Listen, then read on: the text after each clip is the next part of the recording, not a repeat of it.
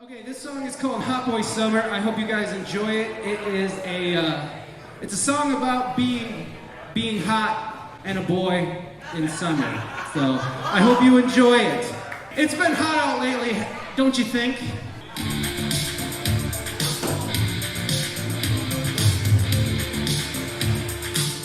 Here we go. I drink my White Claw while I buy my Bitcoin with my Biden bucks. I jam EDM while I rub one out to Joe Rogan's podcast. It's gonna be a hot boy summer. It's gonna be a hot boy summer. It's gonna be a hot boy summer. It's gonna be a hot boy summer. Yeah, yeah, yeah. Yeah, yeah, yeah. Pop Molly pills, drink muscle milk while I'm smoking my douche flute. I hit on a girl that told me to put my shirt back on. It's gonna be a hot boy summer. It's gonna be a hot boy summer. It's gonna be a hot boy summer. It's gonna be hot boy summer. Yeah, yeah, yeah. Yeah, yeah, yeah. Dear baby Jesus, can I get a lifted truck? Dear baby Jesus, can I get a lifted truck? Dear baby Jesus, can you take my truck higher? Higher! Higher! It's gonna be hot boy summer. It's gonna be a hot boy summer. It's gonna be a hot boy summer. It's gonna be a hot boy summer.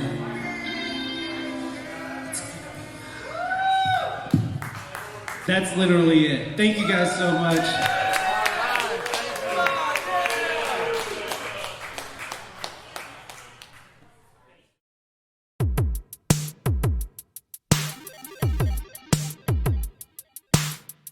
Ils ne comprendront pas.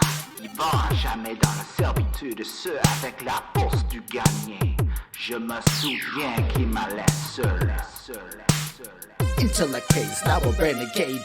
Common neighbor built this way, never placated by the simple way. Day saving on display, get it and gain a level in this game. Start on repeat again and again and again. Sure, there's always change, but apparently the daily stuff with less change. As the AI behaves based on every play made, dopped up, out of range. As the kill shot eliminates, the currency accumulates, compound. The interest among us, the club reluctant and sus. The trust busted up as funds. Muster up, lover veins, what about us? The funds don't stay flush. We're still in abundance.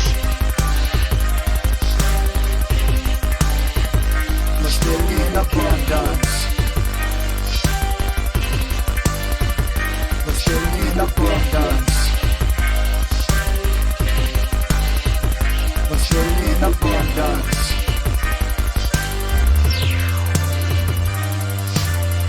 In a different home, locked in and hidden on the flaps, won't leave it alone. The stings they'll never even know the paranoia grow with the capital freedom, baby, let it ring. Sing the song of you, the soul, the one that no one barely knows. Focused on imaginary goals, you love to forever swear guilty to the throne. Extol admiration while rolling over the doggies honing. Get to robbing, his own hobbyists get bodied. Seen it once, running up, muttering that it's stuff. Never close, leisureless, puppets dancing for lucky ballots. Cash from the most dapper and clunky. Accolades from actors so chunky, they spit like poverty, some funky. The caliber, the character, they carry on for lineage. Are the harbingers of dark new worlds. This tyrannical barbarians, contrarian with no difference. Chaotic angels watch the master twirl. We're still in abundance. We're still in abundance. We're still in abundance.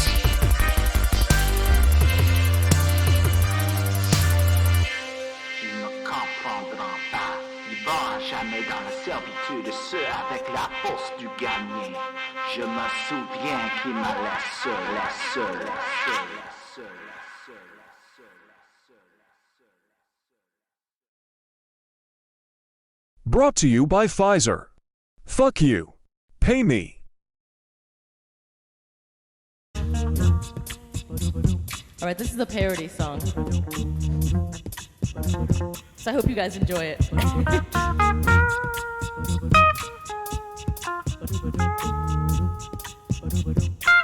Mama, making fish so hard makes me say, oh my prawn. Thank you for blessing me with all this meat and cream and cheese. Feels so good when you're from the Midwest, drinking beers, putting hairs on your chest. PBR is getting me crunk, and this fish has burnt crust. I told you, Grandma, I can't cook fish.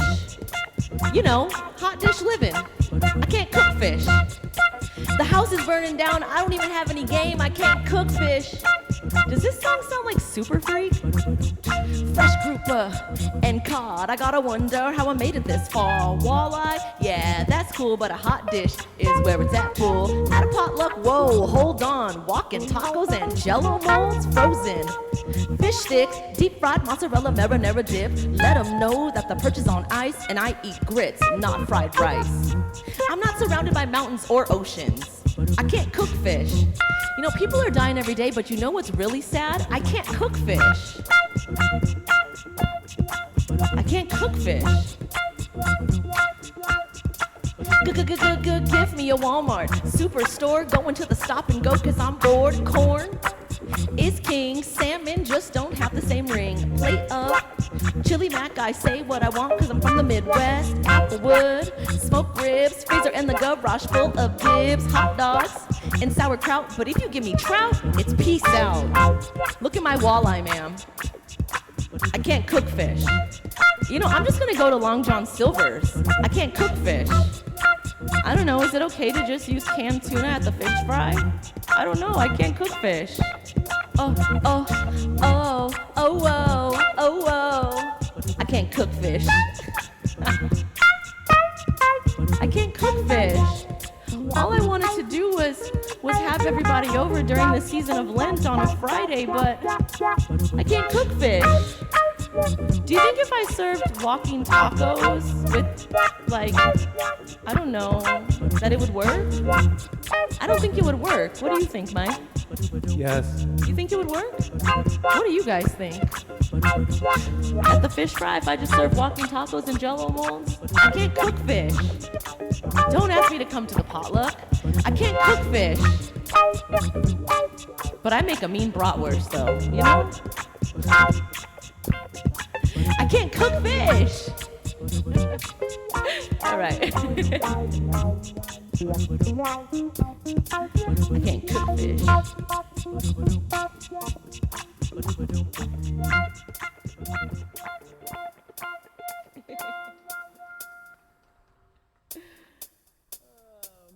That's fun. That's actually a song that is a parody of an MC Hammer song that I don't think it even sounds like the parody anymore or like the original. We just, you know, we just did whatever. But I hope you guys I hope you guys can relate. I hope you can relate. The real question is, was that just comedic or can I really not cook fish? That's the real question.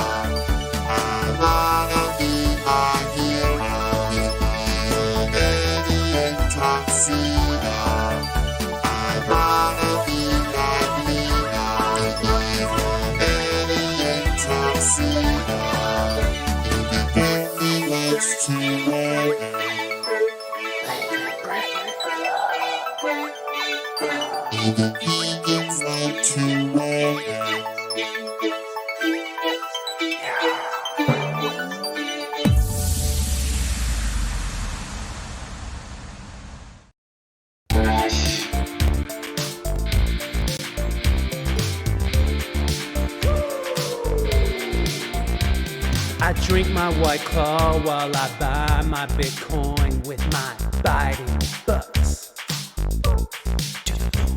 I jam EDM while I rub one out to Joe Rogan's podcast. It's gonna be a hot boy summer. It's gonna be a hot boy summer. It's gonna be a hot boy summer. It's gonna be a hot boy summer. Yeah, yeah, yeah. Yeah, yeah, yeah. Pop Molly pills, drink muscle milk while I'm smoking my douche flutes. I hit on a girl that told me to put my shirt back on. Flex on a tray. It's gonna be a hot boy summer. It's gonna be a hot boy summer. It's gonna be a hot boy summer. It's gonna be a hot boy summer. Yeah, yeah, yeah. Yeah, yeah, yeah. Dear baby Jesus, I need a lifted truck. Dear baby Jesus, please deliver me a lifted truck. Dear baby Jesus, can you take my truck higher? Higher! Higher! It's gonna be a hot boy summer. It's gonna be a hot boy summer. It's gonna be a hot boy summer. It's gonna be a hot boy summer. It's gonna be hot.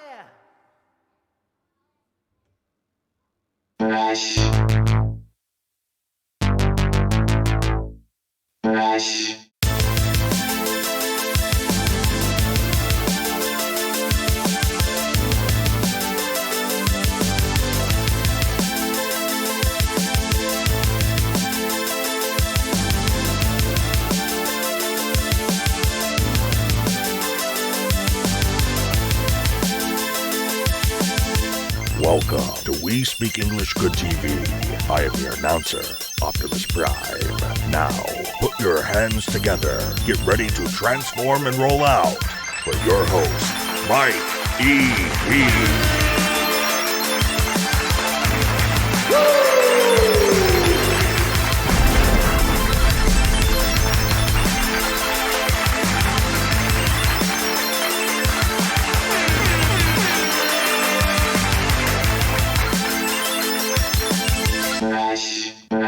Oh my, oh my God, what's going on over here?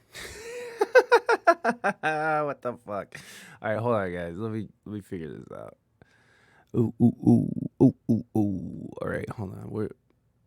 I need to get that off the screen real quick. You can see my Weed Maps app and my Xbox Live app. I'm sharing too much. Y'all know too much about me now.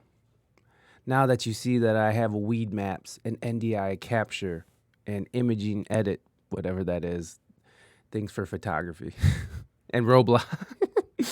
Hold on, where is it? I honestly feel like I haven't done this ever. I feel like I've never streamed before in my life. That's how I feel right now. I feel like I did just I don't know. I feel like it's been too long. It's only been 7 days since we had the magnificent Sharika Sharad on, which was a great conversation. If you guys missed it, you should check out the VOD. Well, I gotta stay in the fat guy little coat. I got a little bit of room to work with here. So thank you guys for being here. I appreciate y'all. I hope y'all are having a wonderful day. And it's Friday, so whatever that means for you, I hope that it's gonna be a great Friday. I hope it's a great Friday. I hope it was a great Friday. I hope whatever time of day it is for you, it's been a great day. As you guys can see, my mustache has shifted shapes. It's I tried to get it more a little bit like it tapers off, but it's just not.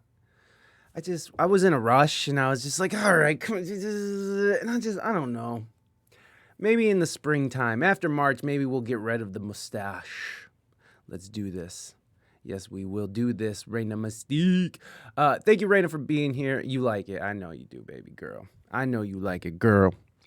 So we got a lot of stuff going on today. We don't have a guest, which in part is my fault because I thought that I had a guest. Okay, this is how it went. So we have a guest coming up. She's a Grammy-nominated singer, songwriter, and she is a spiritual singer, or what do you call that? She sings Christian music, but it's like Christian gospel. Jeez, Louise. Gospel soul type stuff, and she's been in the family band since she was a little girl, and her name is Doe. Or is it Doe or is it DOE? I don't know. I think it's just Doe. That's how good I am at my job. I don't even know how to say my guest name. So I'm working with some publicist who is working directly with the label, and so I have so many steps in between me and the guest, and that's always a hard ticket because she has a team of people. She has, and everything has to be approved by everybody. And so I was like, yeah, I need a picture for the flyer, since they were so particular in how she wanted to be presented, and that's totally fine. I am not against that. I think that's great. You be in control, or at least, have a vision, and that's great. She's fulfilling her vision, and nothing wrong with that. I just, I don't know. Anyways, I thought that they booked for today, all right? And it turns out they booked for March. So I'm asking for this picture a month before she's supposed to be on, which I think is a good enough time, especially because they need approval, and especially because at the beginning of the week when I thought she was going to be on the show, no one had sent me a picture. And I was just like, oh, that's strange, because the publicist who I'm working with is very responsive, and I was just like, oh, okay. And so I just grab a picture. I do what I usually do. When my guests come on, I don't usually ask them for pictures unless, like it's certain circumstances like this one. Like she had stipulations and stuff, and she made it clear that, images had to be approved, and totally cool. But most of the time when guests come on the show, I am just like, I'm going on your Facebook, I'm going on your Instagram, wherever I can get an image that I like that will work for the format of the flyers that I make. That's what I'm grabbing. I'm not really asking for permission, you know what I mean? And sometimes that backfires. I've had a young lady who was like, that was supposed to be like a silly Instagram picture. It's not really a great representation of me. I'm like, cool. Because you know what? I didn't ask. So it's totally fine if someone is like, hey, that decision that you made without consulting me, I'm not that happy with, especially when it's going to be representing me. And yeah, again, that's totally fine. I completely agree with that sentiment. You should be in control of your image and how you want to be presented, especially as an artist. So, totally cool. I changed it up for the young lady, and we had a great conversation.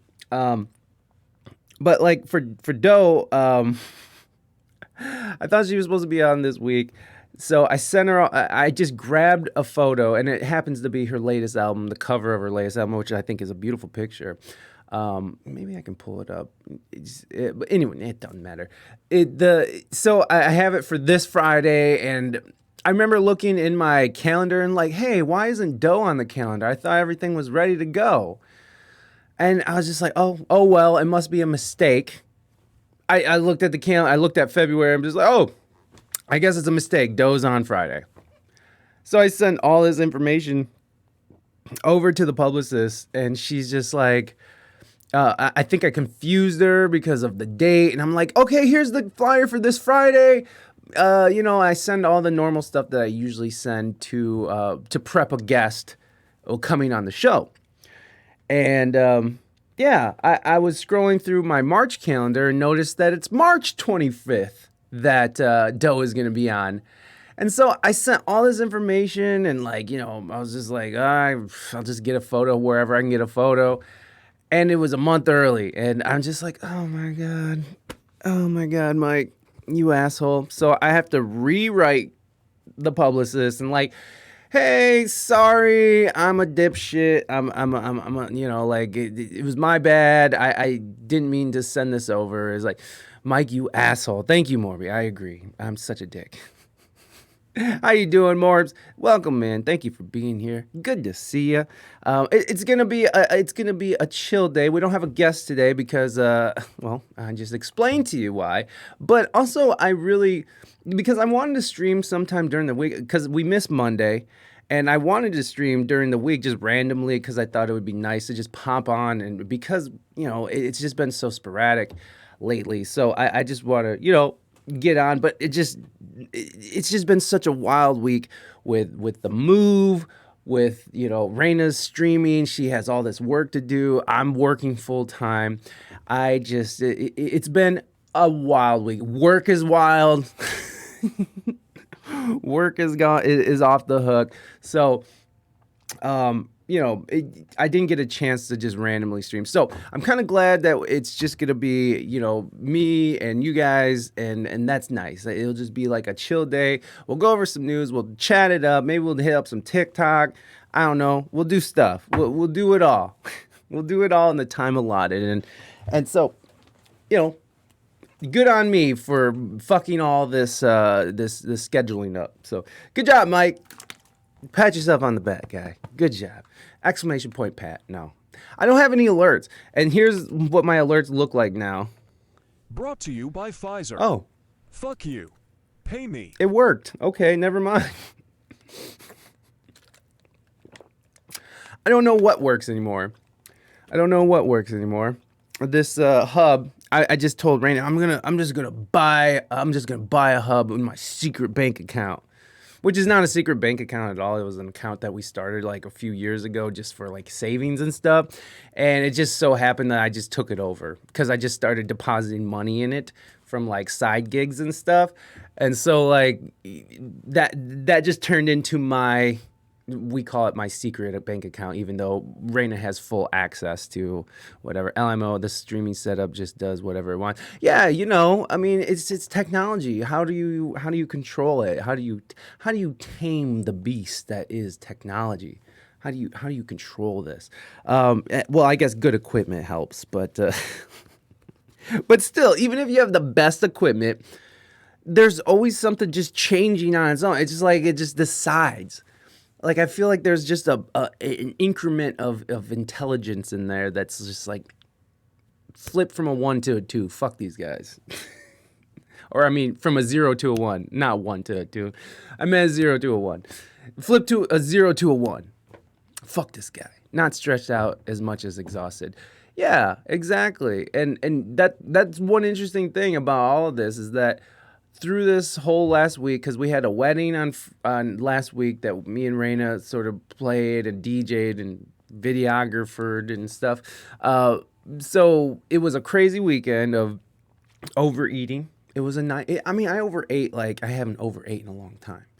But yeah, it's just exhaustion. And I'm like half sick. I got sick from, I got kid sick. I got the kid disease. Like I was around kids and I ended up getting the kids' sickness, so I'm like half dragging ass. I'm not feeling good, especially over the weekend or last weekend for the wedding.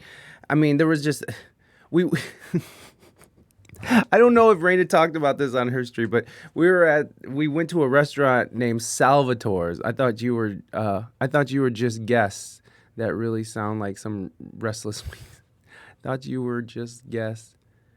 Oh, yes. No, we weren't just guests. We actually performed. Raina like helped plan the wedding. I mean, like I don't know if Raina. I don't know. I won't say that. Raina really helped a lot in the bones of this wedding.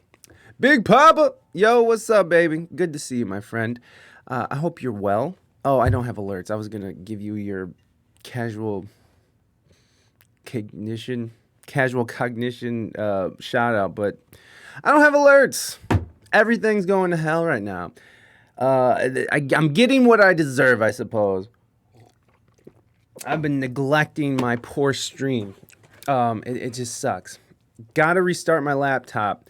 That damned that MacBook Air. That thing's been nothing but garbage. Never get a MacBook Air, folks. Just don't. I mean, unless you're like a browser, if you're just in it for the browser, like MacBook Airs are garbage. But it is a little workhorse, I suppose. It has been getting shit done. Yo, I gotta go to the groceries, but I have you on my headphones. Okay, Morby, enjoy grocery shopping, and I'll be in your head just going like, hey, what's up, Morby? Why don't you get some avocados and some rice and beans and some legumes? Okay, that's ridiculous. I won't do that to you, Morby. I promise I won't be going like. I'll be nice. Get out of my head.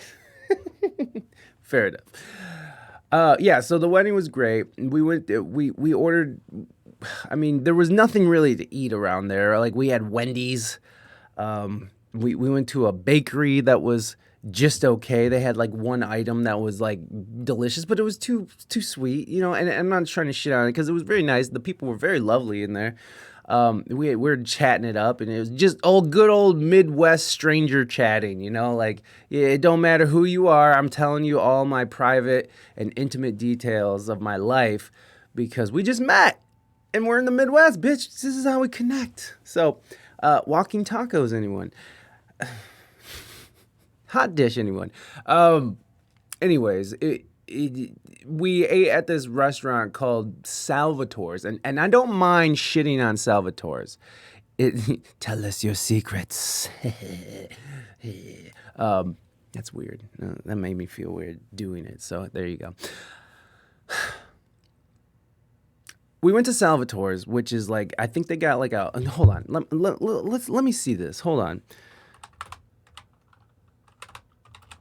Salvatore's, Auburn, Indiana. I probably shouldn't be this rude, but it's Salvatore's. Salvatore's. Okay, hold on. Let's just. Okay, we're going over here for a second. Okay, so Salvatore's. On Google reviews, out of 207 Google reviews, they have a 4.5. Now, I don't look at reviews anymore in the Midwest, unless I'm in a real city, like a real city. Like even in Toledo, it's too small where I'm at. It's too small to trust the ratings, because even though 207 people were like Salvatore's is the shit, it's garbage. It was junk. And so, what I say to the people, the good people of Auburn who are just, just solid human beings, just salt of the earth people. Did I say, is that how it goes? Is that what it is? Salt of the earth? That doesn't seem to make sense, since salt destroys the ability to grow stuff on it. Anyways, beautiful people there in Auburn, the best people. But your taste buds have been tainted. They're so used to overprocessed fast food garbage that you think that this Italian restaurant is fancy eating. Okay, staff required to disinfect surfaces between visits. Oh, that's nice. They tell you the health and safety now. Thank you, Google. the pizza. We got the 4-cheese pizza, and it's like, it was just like this cheesy green sauce with these peppers on it. Or not green sauce, but it was just like cheese sauce. It wasn't even really, salt of the earth is correct. It means honest and good person. Right, I know, but I just thought, in my head, it doesn't make sense because, when you salt the earth, you're taking away the fertility for years to come. So, like, in my head, just in that moment, I'm just like, this don't make sense. But, it was a passing moment. So thank you, Raina. I appreciate you going and looking that up for me. I needed that desperately. Anyways, it's a drive-through as well. I don't know. Raina got this Caesar salad because she decided she needed a salad, and it was like one step away from iceberg and like cheese and ranch. Like it was nothing but romaine lettuce and a bunch of cheese. And I'm your young Jamie. Yes, thank you, Raina. You are my young Jamie. My young Raina. So, 207 Google reviews doesn't mean shit to me, anymore. Let's look at their website, shall we? Let's see what this amazing purveyor of class and status and authentic Italian eatery has to offer on their website. Oh, and look, there's more than one. There's 4, in fact. Oh, who cares? They're public.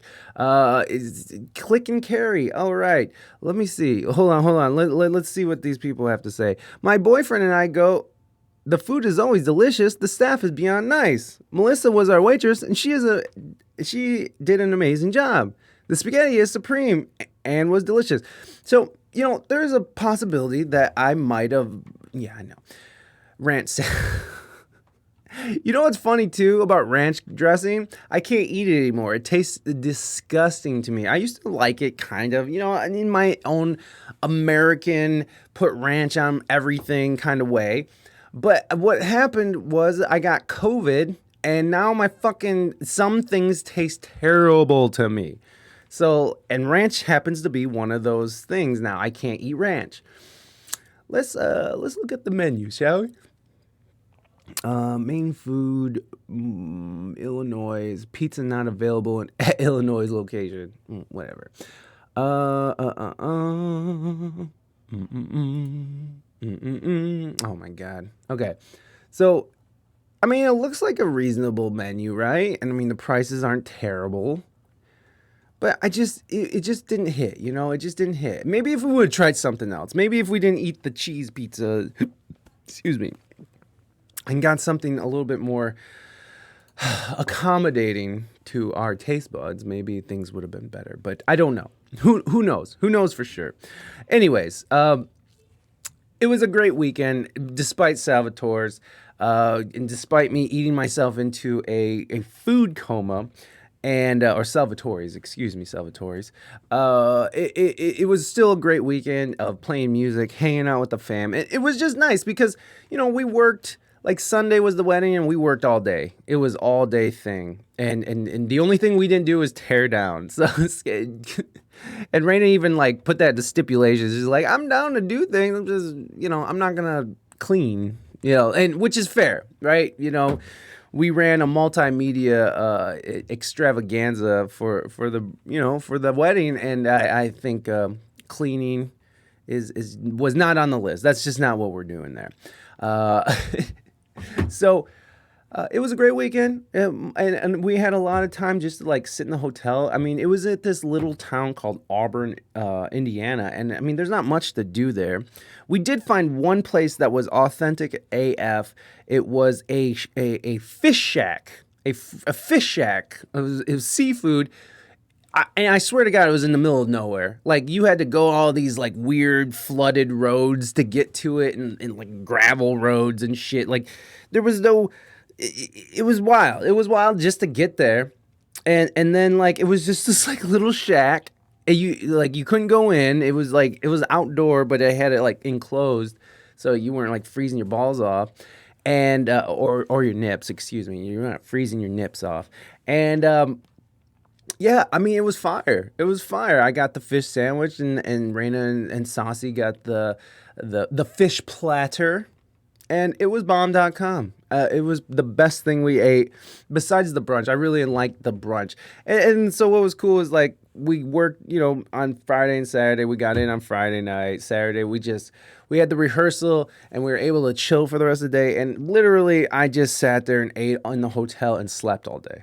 It was like I'd fall asleep, I'd wake up, I'd eat a ridiculous amount of food, and then I'd just like bleh, I'd go back into my food coma. So it was a great day. It really was. It really was a great day. But yeah, so it was fun. And on the way out, we got to go to a this other restaurant, and they put on a brunch for all the people involved. Like the whole wedding could have came to the brunch, and it was beautiful. It was like biscuits and gravy and bacon, and like they had a charcuterie board, not tutory board. Mike, we speak English good, folks. Yeah, so it had a charcuterie board, which I don't know if I'm saying that correctly as well. I could be saying that wrong too. So I have a cursory knowledge of the English language, as you guys can tell by the name of the show. So it was great. We had fun. We drove in on Monday, and I had to go straight to work, straight to wrangling the homeless, making sure these motherfuckers are fed and warm, and have a place to sleep. And it was very. And I gotta say that this week has been wild at work, but it hasn't been like it's been really stressful since I started, and I feel like I'm just now sort of getting a grip on the job. We had to ban a few people. There's problematic folks, right? There's just people who are gonna. There's just people that are going. No, let's change seat for that. There's just people that are going to be problematic in the way that their mental health, their physical health, their drug consumption is all going to Frankie didn't. No. So not like that. So no Frankie incidences. No, we had something else happen last night. I had a few things. There's been some interesting revelations from flat earther coworkers to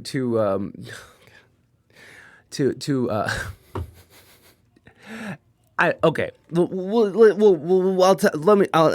So it wasn't a Frankie didn't. It was something else. Let's call him Brandon, okay? We have this client named Brandon, and he is an actual resident. So where I work, we have this temporary program just for the winter season, and we have a couple people who are actual residents of the shelter. Otherwise, the people who come in each day are sent out every morning. So you come in at night, and then we send you out in the daytime at the coldest point of the day. Well, I guess nighttime in the middle of the night is the coldest point. So, but at 8 a.m., whatever the weather is, it's like bye. Unless it's like really, really bad, like it was for the Frankie didn't. But we have this one client, and he's a resident, and he has a lot of trouble walking.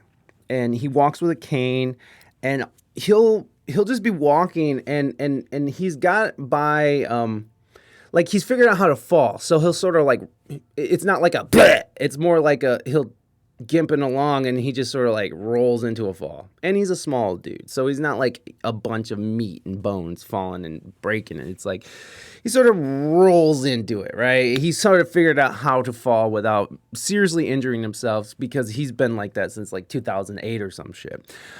So, I mean, like he can't walk, and he's a drunk. And he probably hits the rock and shit too. Who knows? Who knows, man? But what he likes to do is get wasted, and he'll just sit in the cafeteria or outside, and he'll just roast on people, and not just like it's not roast, because roasting, I feel like there's an element of love, right? There's an element of love behind it. I mean, and there is an element of love behind this guy. And he's like one of those like gangster philosophers, right? Like, I don't know if you guys ever met any like gangster philosophers, but they're fucking awesome. They're just like gangsters who are fucking really smart, well-read, and fucking are very knowledgeable. I would say like Keith Morgan is like a fucking is like a gangster philosopher, right? Like he's lived a fucking gangster ass life. Not that he was thugging around or in gangs and stuff, but he's just hard as fuck, right? Like, and he's been homeless since he's like 13. I love Keith. I just talked to him today about it, and we had a great conversation about how just knowing Keith Morgan. For those that don't know who Keith is, that's Raina's father, and he's been perpetually homeless for a long time. And Raina is my wife, for anyone that doesn't know Raina, but I'm pretty sure anybody who's in here knows Raina. Yeah, so knowing him has sort of prepared me for this job. And so this dude is kind of like my father-in-law. A lot of dudes in there are like my father-in-law. I see a lot of my father-in-law. And it's a pattern that you see within the homeless community. And so it's just helped me understand how to interface with people who, who are just always in survival mode and have very little time for anything else, any kind of, comforts of life. Any time they have any kind of comforts of life, they're going to go full in. They're going to take advantage of it. They're going to take as much as they can because they don't know when the next time they're going to be able to do it. And I get that mentality. It's that survival mentality. And I've been in that position. I've never been in that harsh of a position. I've always had options. Some people just don't have options. But I've been in positions of need and low points in life. So I get it. I get. From a certain perspective, I understand what it is to be, pushed aside or forgotten or be, I don't know, just be looked down at, or just because of the life choices or circumstances you find yourself in. So I relate. I've had my father-in-law. Anyways, Brian, the philosopher, the gangster philosopher, he is just all night. Last night, this was last night. He was just all fucking night. Like talking shit to everybody, like on God, Heaven Majesta, what's up? Pew pew pew. I don't have pew, my pew pew Wespia woo hype Wespia Mad Mike. Hey, thank you very much, Heaven, and good to see you. And we had a baby together, which is weird because you're my sister-in-law. 9 months. Thank you so much, Heaven. You wonderful human being. You. Computer charger. Are they both in here? No. Sorry. Hello, everybody. Thank you, Mike. Raina's just gonna interrupt whenever she wants. I'm sorry. I needed it. I don't care. I interrupt anytime I want. Anyways, thank you very much for that sub. I really appreciate that. She said, "Wait, what?" You know how Raina does that thing where she does the 9 months having a Twitch baby. That's sick. I understand, Heaven. Okay, we're moving on, Heaven. We're moving past this, okay? We're talking about philosopher gangsters or gangster philosophers, okay? I moved that over just to cover something else. Oh, you know what? This hierarchy thing. Everybody hierarchies out. Go run up those numbers. So we'll call him Brandon. Brandon he's disabled. He can barely walk. He's not a threat to anybody. Like, you could literally just blow his ass over and he'll just fall over, like he frequently needs help to bed and so he just runs his mouth. Turns out he used to be thug as fuck. Like, he talked the same amount of shit but could back it up. And he just smoked weed, and he wasn't such an alcoholic, and he wasn't disabled, and he was something else. The only reason why I know that is because his cousin is my coworker, which is very funny. He's like, man, I was there when it happened, when he got crippled. Gangster philosophers, yes, I sent gangster philosophers to school this morning. There you go. He's a very intelligent human being, but he's just, he just found himself in some precarious situation, right? Like he accidentally was injured. He became disabled. His drinking increased. It just snowballed down. And now he's in a homeless shelter. He can barely walk. Sometimes he's incontinent. And he'll just talk the most shit. And the way he talks shit is so fucking lame too. He'll just be like, man, I know Pookie, I know fucking, I know Charlie, I know Greg, and they're gonna wait till they catch you outside. They're gonna fuck you up. You're dead. He makes all these threats like he's gonna do something. He's like, come over here. I'll hit you with my cane.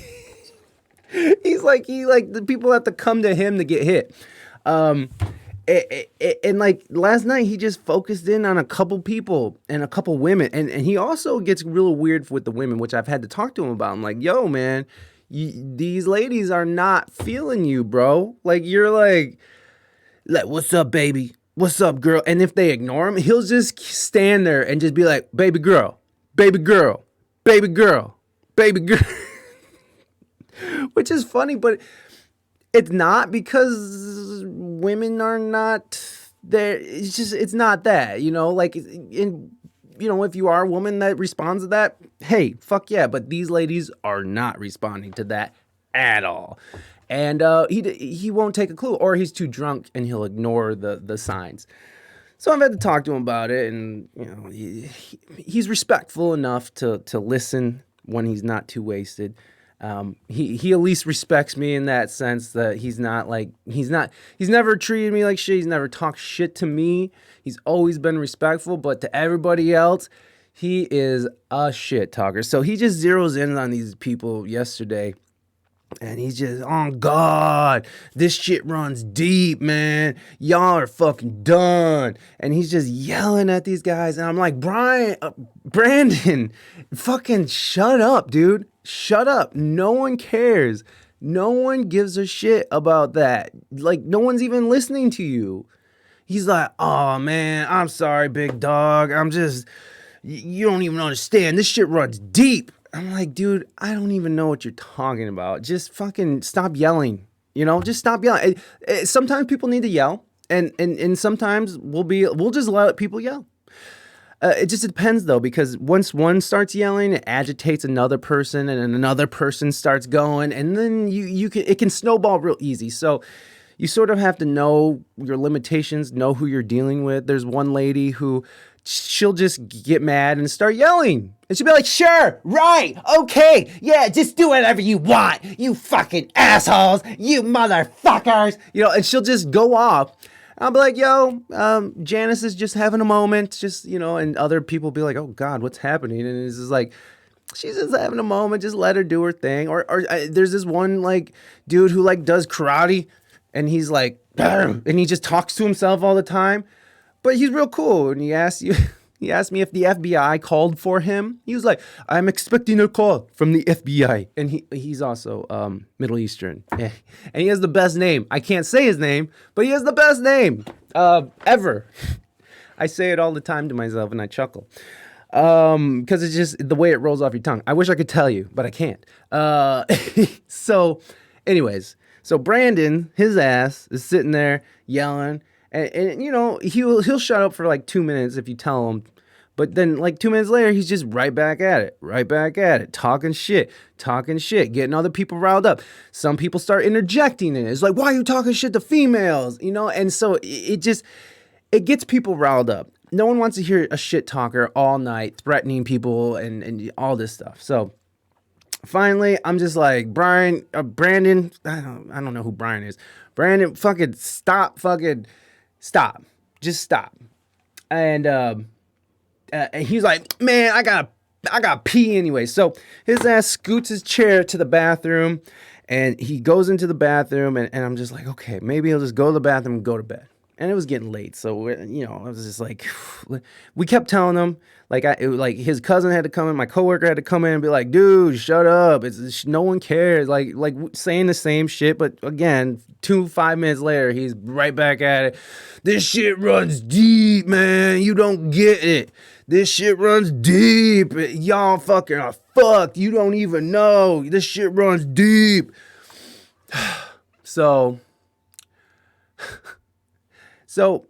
he's in the bathroom. I forget about Brandon, and his ass is fucking like 30 minutes goes by, and I'm like, where's Brandon? And I'm asking some of the guys. I'm just like, hey, did Brandon come out of the bathroom yet? And they're just like, oh, I don't know, or no, I don't think so. And so I'm like knocking on the door. I'm like, yo, you all right, buddy? And I don't hear nothing. And so I start opening the door a little bit, and then I see him, and he's laying on his back. His pants are half down. He pissed himself, and he's just on the floor on his back, and he's just staring up at the ceiling, and he just turns and looks at me. He's like, man, I told you this shit runs deep. And I was just like, oh fuck, dude. And in that moment, I got it. Like the shit runs deep. It runs it's deep for him, man. He's disabled. He's drunk. He's homeless. He always feels attacked because he's always talking shit. So he always thinks people are trying to get him kicked out, which is not the case at all. And I actually like him a lot. We chat and stuff. So it's like, I saw in that moment of this helpless person full of his own piss, the humanity of the situation was just, it did not fall on deaf ears. And so I'm like, yo, Brandon, let me help you up, man. And in my head, I'm like, I don't want to get bum pee on me. I just don't want bum pee on me. But whatever. I'm not going to sit there and let this man lay on the fucking bathroom floor, which is the grossest of the floors. I didn't want him to catch hepatitis or something, And so he's a very proud guy. And he was like, nah, man, I can get up myself. I can do this. I don't need nobody. I'm like, okay, man, you're going to have to take a shower, though. And he was like, all right. And he's like, just let me get up. Just let me get up. I was like, all right. And he's like, don't you pity me, man. Don't you feel sorry for me? I was like, I don't feel sorry. Get your fucking pissy pants up and get the fuck in the shower, dude. You're just laying there. We've been talking for a few minutes and all you've done is just lay there. And, I was just giving it. And he was like, oh, you right, big dog. You right, big dog. Let's go. Because it's not that I feel sorry for him. It's just that, his choices got him in these situations. He might not have became disabled because I think it was an accident. I'm pretty sure it was an accident, but I think he was talking shit too. So I don't know. Again, he's a habitual, a lifelong shit talker. Intelligent person, but just a shit talker. So I put his cane next to him. I bring a chair in so he can sort of have leverage to get up and stuff. And I'm like, all right, dude, get your ass in the shower. I'll be back in a few minutes with some pants and stuff. So you have something to change into. Let's wash your clothes and stuff. And so I go and I'm busy and I don't know, 20 minutes goes by and I'm just like, I go back to check on Brandon and I knock on the door and I'm like, yo, Brandon, you all right, buddy? And I don't hear the water running. I don't, I'm just like, okay. So I go in, I open the door. Motherfucker's in the same spot he was in, but this time he has a lit fucking cigarette. I'm like, bro, what the fuck, dude? Not only are you in the same spot where I left you, but now you're smoking a fucking cigarette. You guys should know that smoking is not allowed indoors at this place. And it's like a bannable offense because you could start a fire and people could die and it's very dangerous and it's gross. And fuck you, you can wait for smoke break. This motherfucker's in there just puffing away on a cigarette, laying in piss. I'm just like, bro, what are you doing? Like, why are you smoking? He's like, man, fucking Michael gave me a cigarette. And I was like, and Michael was sitting there on his bed and he looks up at me like, He's like, I'm like, dude, why'd you give him a fucking cigarette? Like, he doesn't need a cigarette. He needs to get his ass up and take a shower. He's like, man, I'm sorry. I just feel bad for him. And I'm just like, and like, Michael is a very white East Sider, which you don't know what that means because you're not from here, but he is, let's just call him Eminem, right? He's having a good time, chilling when he can. Yeah, okay, Moving Dutchman, but that's not... He chills all fucking day, bro. Okay, he chills all day and shit talks all night, and then he's too wasted to make it to bed. Welcome, Moving Dutchman. It's good to see you, my friend. So, you know, again, I like Brandon. He doesn't give me shit, but he causes shit. So it's hard to, you know, really lock in with this dude, and it's hard not to be like, things would be easier if you weren't here, you know. But you know, you deal with the cards you're dealt. So we I was like, okay, dude, put that fucking cigarette out, get your ass up, and get in the fucking shower, dude. Like, I'm done with this shit. You know, I'm talking to him like a kid at this point. You know, not like a kid, but like a grown-ass man. I don't feel sorry for you. Your drunk ass got too wasted. You fell over trying to pee. You pissed on yourself. And now you can't get up because you're too drunk and fucking fucked up to get up to clean yourself off. I don't feel sorry for you. I just need you to not be pissy pants. And I mean, I don't feel sorry for him. And he doesn't want my pity. And great. You know, like... He's a human being. That's how I see him. He's just another person to me. And I'm not, there's no pedestal or see myself above anybody there. I love these people. I love I'm really getting to that point where I'm not excited to go to work because I get a lot of anxiety, but I'm like, it's like, I kind of want to get in there and start, you know, making sure motherfuckers are warm at night. And like, I want to reheat some pizza for these motherfuckers. You know what I'm saying? This is a crazy story been lurking, but wow, you could write a book about your life. I could write a book about the life inside the shelter. Anyways, this motherfucker, I leave him with his cigarette. I'm like, put the fucking thing out, get in the fucking shower, Brandon. I'm done with this shit. And, you know, I'm getting frustrated because his ass is just laying there. And I tried helping him, and he won't take my help. And so, you know what? Fuck you. Get up. Get up. You got yourself into this shit. What's up, Robbie? Welcome in. Sorry I didn't say hi. I just read and didn't say hi. I hope you're doing well, my friend. Happy Friday. So I walk away, and I do some other shit, and because I'm always doing shit. And, you know, another, like, 40 minutes goes by. Fuck you, Brandon. Listen. Fuck you, Brandon. Fuck you, Brandon. Yeah. That too, Morby. That too. But it's all good. You were mid-story. So I go away. 40 minutes later, I walk back.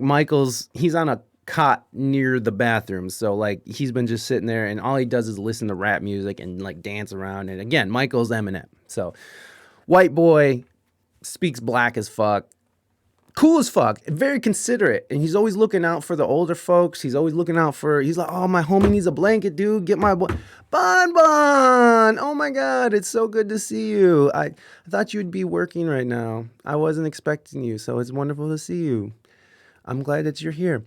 So I walk away for 40 minutes. I come back, and I'm like, Michael, has he come out of the bathroom yet? And he's like, no, man, I don't know what's going on.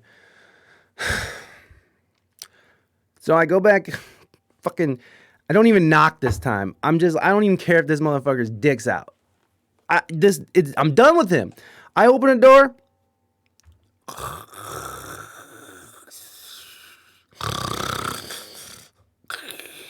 This dude fucking passed out. I'm like, what the At this point, I'm just like, what is this? What am I doing with my life? You know, like this. I was done. Only here for a couple minutes on my break. Oh, Oh, wonderful. Well, thank you so much for coming in, Bonnie. I'm so happy to see you. It was really nice because I knew you started your crazy double job thing this week. So I hope it's going well. How is it going? Is it going well for you? Like, are you liking what you do? Anyways, so I just walk out and I walk by his cousin, who's my coworker, and I'm like, dude, go get your fam, man. Go get your fam. Like, I can't deal with that shit right now. And so he's like, what's up? I was like, dude, go into the bathroom and just take a look what's going on. He goes in the bathroom, and this motherfucker from the other room, I hear him go, ah, what the fuck? He just starts laughing at his ass. He don't give a fuck. Now, when I talk about my coworker, he's a great dude, and he has his role at this position. But he is more on the side of like tough love, and like he does care. He was homeless at one time, and so he comes back. So he's coming at us like, man, if I can do it, you can do it too. And I don't feel sorry for you. I'm not gonna go out of my way for you either. You're gonna, like, it's tough love, whatever. Yeah, it seems good. In training for a few weeks. Cool. And what is it that you're doing, if you don't mind? So I hear his ass laughing. I'm just like, this motherfucker. So he's like, cuz, wake up, man. What the fuck? And so he's like, he's trying to wake him up, and he gets him up, and he was like, dude, you got to get up and take a shower and shit. So a few minutes go by. He ends up getting up by himself. Brandon gets up by himself and makes his way. Oh, sweet. Hell yeah. Getting people to where they need to go. I like it. That's awesome, Bon. I hope you enjoy it. I hope you, after training, it's cool, and like it's like, I don't mind going to work, and it's not a soul sucking thing. I hope it feeds you in some way. So he makes his way out to the chair with his pissy pants, and so he starts shit talking again, like he has piss pants. He just was in the bathroom sleeping on the floor, and he's out here shit talking again. So me and my coworker, his cousin, was like, fuck this. We're putting him to bed. We're like, Brandon, you're going to bed. Piss pants and all. You're showering in the morning. We're done with this. And we have to help him to bed. Like, he literally couldn't make it to bed on his own. Pants full of piss.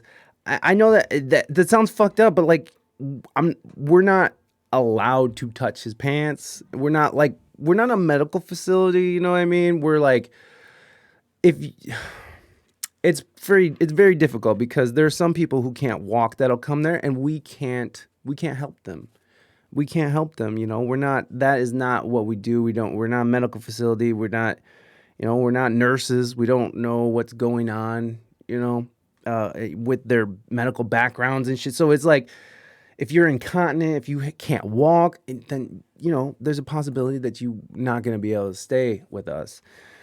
And Brandon, he made it in under the wire. I don't know how he got in, but he's a resident there, so he can come and go as he pleases. The other folks have to sort of live by these rules where it's like they have to be in at a certain time and they can't go out and blah, blah, blah. So we take his ass to bed, and I just put him to bed, man. And I left. I literally had to find some pants that are way too big for him. Again, he's a skinny dude. Hey, Saucy. Poor guy. No, I agree. But again, I don't feel sorry for him. He is a poor guy. He's super poor. And he doesn't get Social Security, which he tells everybody. He's like, y'all motherfuckers think I get Social Security. I don't get nothing. I don't get nothing from nobody. I'm out here all on my own and all this shit. I'm like, okay, we get it, man. You're poor. We get it. But, again, there is a certain amount. I've done caretaking in my life with family members in their last days. I've done that more than I would like to have. I've taken care, like been hands-on direct with care for people to their deaths. Several. More than 2.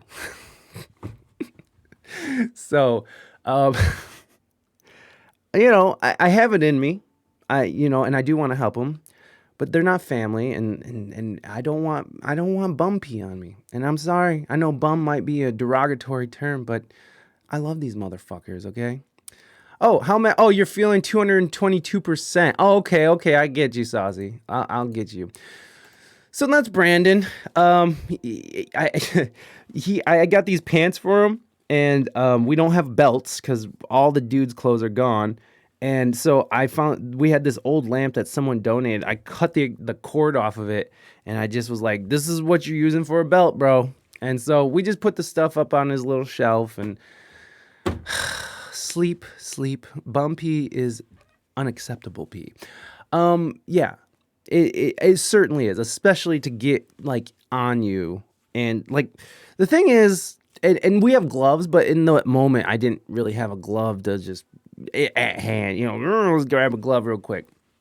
I always cut my hands. So in my head, I'm going to grab pee and then I'm going to get, because I always little cuts all over my hands. I don't know how. I don't know why, but there's always little cuts all over my hands, and every time I wash my hands, I'm like, oh, there's another little cut. What the fuck's even happening? Like, there's a little cut right there. You can't see it, but I just saw it. All right, Bonbon, enjoy the rest of your day. Thank you so much for coming through and saying hi. I really appreciate you. So yeah, I don't want to get hepatitis or something. You know what I'm saying? Like that's it. It's nothing against him or homeless people. It's just, fuck, bro. I don't want hepatitis. Yeah, so that's just sort of a little bit of my week. It was a good week, though. It was a good week. Again, like, I feel like I'm getting a handle on the job to the point where I'm not feeling so anxious and out of control. Like, again, we got rid of a few of the problematic folks. And I mean, because there's just some people who are beyond help, who are just angry or schizophrenic or drunk off their ass. And, like, you gotta go. You make it difficult for everyone here. And it's as sad as it is. It's like, I don't have time to be catering to people's mental illnesses to the point that, danger and violence is allowed, or threats of violence, and even if they're having a moment where they're just, I'll kill everybody in here. And it's, they obviously have mental issues. We don't take that shit lightly. They are out because people, and here's the thing, we don't check for weapons. We don't fucking check for weapons. We just, anybody can come in. Like, we had to kick this one guy out. And I liked him a lot. He was very helpful. He would help clean. He was very nice. But when he started drinking, he ran his mouth. And he had a speech impediment too. So like it was like he was already fucking, you already had a hard time understanding him. But add in like alcohol and drugs. It's like, I'm not making fun of him again. I'm just trying to give you an example of what he sounds like. But again, he's a cool ass dude. He's completely there. He's not like, he has no disabilities or anything like that. He's just a regular dude who has a speech impediment and he's an alcoholic and he's homeless. Just a regular dude.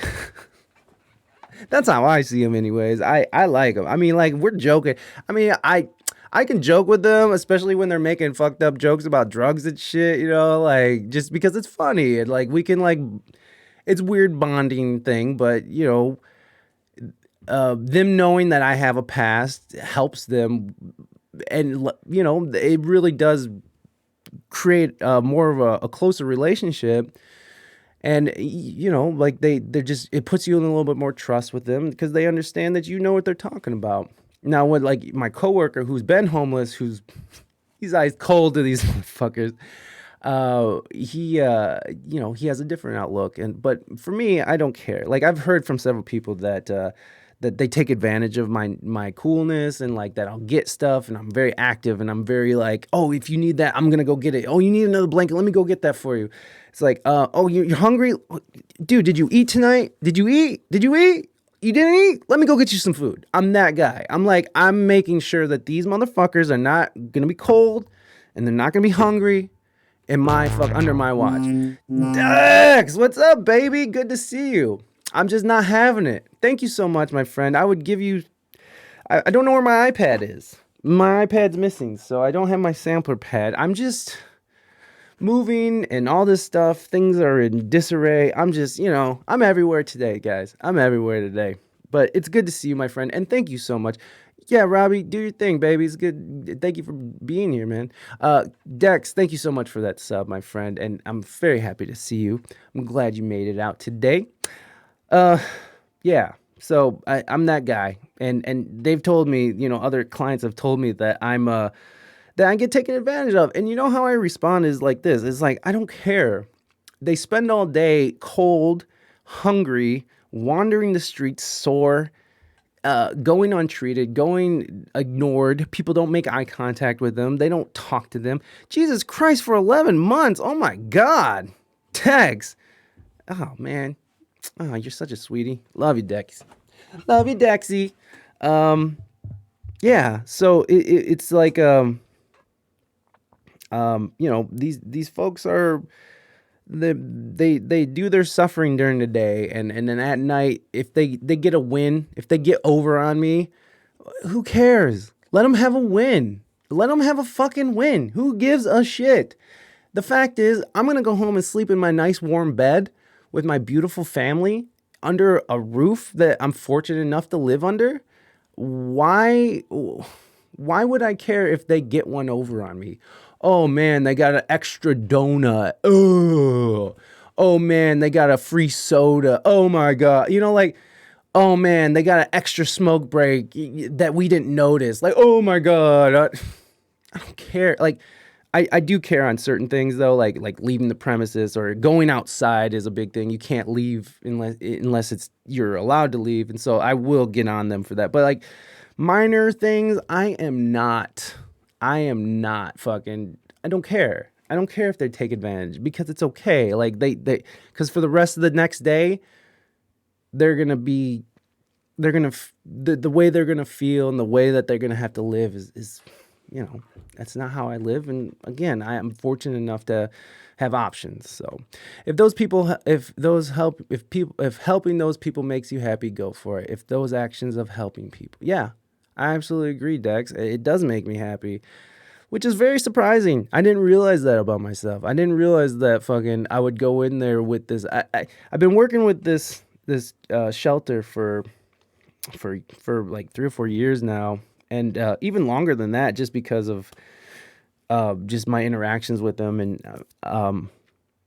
playing there. Me and Raina had played there before, like for New Year's and stuff. Like, so we've had, I've had a relationship with this place, and I'm more on the fun side, fundraising side. Like I'm more on the, I'm a consultant and I do the multimedia stuff for them, video editing and stuff. But I've never been in the trenches.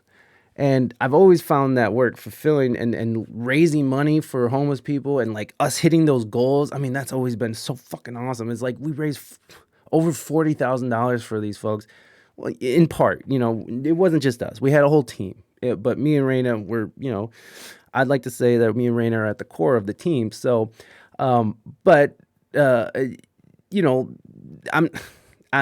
we all worked really hard and we hit these goals, and it's just felt so good to know that this shit is going right back into our community. It's not, you're not working for some multi-corporation conglomerate that is just fucking, you're a cog in their wheel. It's like you have direct impact on the people you're surrounded by, your community and your friends and family. I mean, it's just, it's beautiful. I am a strong believer in community. Twitch, right? We're building communities.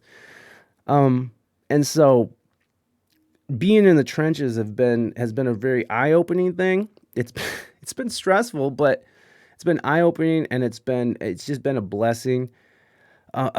Unfortunately, 40 hours a week is taxing, and so other things have suffered, things that I really care about, like this. Not that I don't care about this job, but the minute that I can come back to just full-time musician and streamer and podcaster, I'm doing it. You know what I mean? Because I value my time, and I do a lot of stuff this is a very involved project, this podcast stream / musician life thing. So it's very involved. It takes a lot of time. And so 40 hours away from that it's been challenging and trying to get used to it and trying to get back into the flow. Plus we're moving. So like we're moving like over the weekend, this weekend, and there's still a lot to do and blah, blah, blah. Okay. So yeah, I don't know, man. It's been really awesome, Dax. I really enjoyed it, and like there's just, I don't know. It's such a weird feeling, like when you give somebody something, and even if they don't say thank you, they're just like, oh, you know, you give them food or you give them a blanket or something. Just small little things, man. Just giving them your time, your ear. Your ear is huge. I've noticed that they all want to just talk to me, and which I get because the other coworkers, again, they're cool, they're good at what they do, but they have a different approach. They have a very different approach than I do. So, you know, I get it. They put up their walls because, you know, that's how they feel they have to do it, and that's their style, and that's fine. Me, and you guys know how I am. I'm just like, hey, here it is, all of it. So.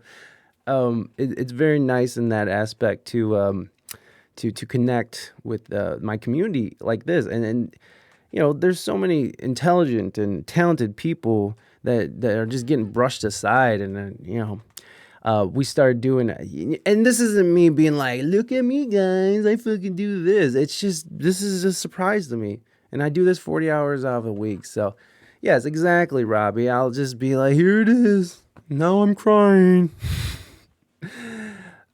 Thank you, Robbie. I appreciate that, buddy. Yeah. So you know, all shelters aside, I enjoy it, but I want to come back to full time.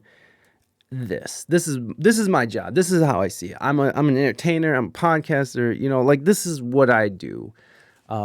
And that is something that I can do and that I, you know, also like doing, and something that I'll probably always be involved with for the rest of my life. So it's a very cool thing, but I like this the most. I mean, I like this job because I'm not at risk getting stabbed while on the job here, you know, or getting randomly punched or whatever, you know, because there's that aspect. Again, we don't search their bags. I actually got distracted because I was going to tell you, this client we had, he had the speech impediment. He's a really cool dude, but every time he drinks, he turns into a crazy person, which I can relate. He got banned the other day for threatening people, and then he threatened to kill everybody, and then he started punching the walls, which is a big no-no. You can't destroy property, and you can't threaten to murder people. And you know, we got him out, but he kept on trying to come back in, and he's like, fuck this place. He's kicking the walls. And one of the other clients, like, come on, man, let's go down. Let's just take a walk. Let's just take a walk. Rey Mystique, no stabbing or punching. She can't promise you anything, Robbie. It's just how it goes around here. Dude comes back, and now this is all just, you know, hearsay. I don't know if this is true, but he comes back. He's like, dude, he fucking pulled out a blade on me. He said he was going to come back and cut everybody. I was like, what the fuck? I thought you were helping him down the street. No, he turned on me, man. He pulled a blade on me. Which is not funny at all. But it's kind of funny. It's like, the way he said it, he was just like, man, he pulled a blade on me. Like, the way he said it, he was just like, I can't believe this, dude. Which, right, correct reaction. I can't believe this. Why is this? Because they were homies too. They were homies in there. So they were like homies he was just trying to help this dude out. The thing was that if he would have just left and not freaked out, he would have been able to come back the next day. But since he's freaked out, yelled, you know, threatened lives and kicked shit and broke shit, like he can't come back. And that's a shame. So that bums me out a little. And then there's times where I have to like tell people they have to like sleep in the cold because we're full, or I mean, most of the time it's because we're full. And so you have to tell people. Like the other day I had to tell a deaf guy, it's like, sorry, we can't do nothing for you. I had to write this all down, by the way. He couldn't hear me, but you know, like, sorry, homie, like, you gotta sleep out in the street. Like, ugh. And it's the saddest too because I'll give them a bunch of warm blankets and they'll just go sleep right in front of the shelter. And I'll be like, ugh, like driving home and seeing someone sleeping on the ground outside of a homeless shelter. There's something about that scene that I just doesn't sit right with me. But again, we have limitations, and there's only 3 of us there's only 3 of us on shift each day, and we have 50 to 60 people in here, mostly dudes, and they are partying their fucking asses off. Like there's just no stopping them from drinking and doing drugs in the bathrooms, and they just love smoking cigarettes in the bathroom. I don't know what the fuck it is, man, but they just love doing it. It's like their favorite fucking thing to do. It sounds like something you see on YouTube meme. I can see that too. Yeah, so, you know, it's the shelter. Shelter life, bitches! And then my fucking coworker find out he's a live streamer on GoBen or BenGo. Have you guys heard of this shit? GoBen or something? He's like chilling at work live stream. Like all day. All fucking day, this dude is on his phone and he makes money.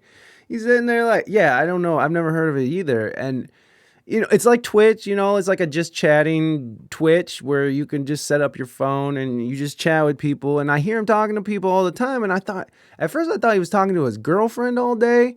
Cause like, dude's on the phone all day. He gives 0 fucks.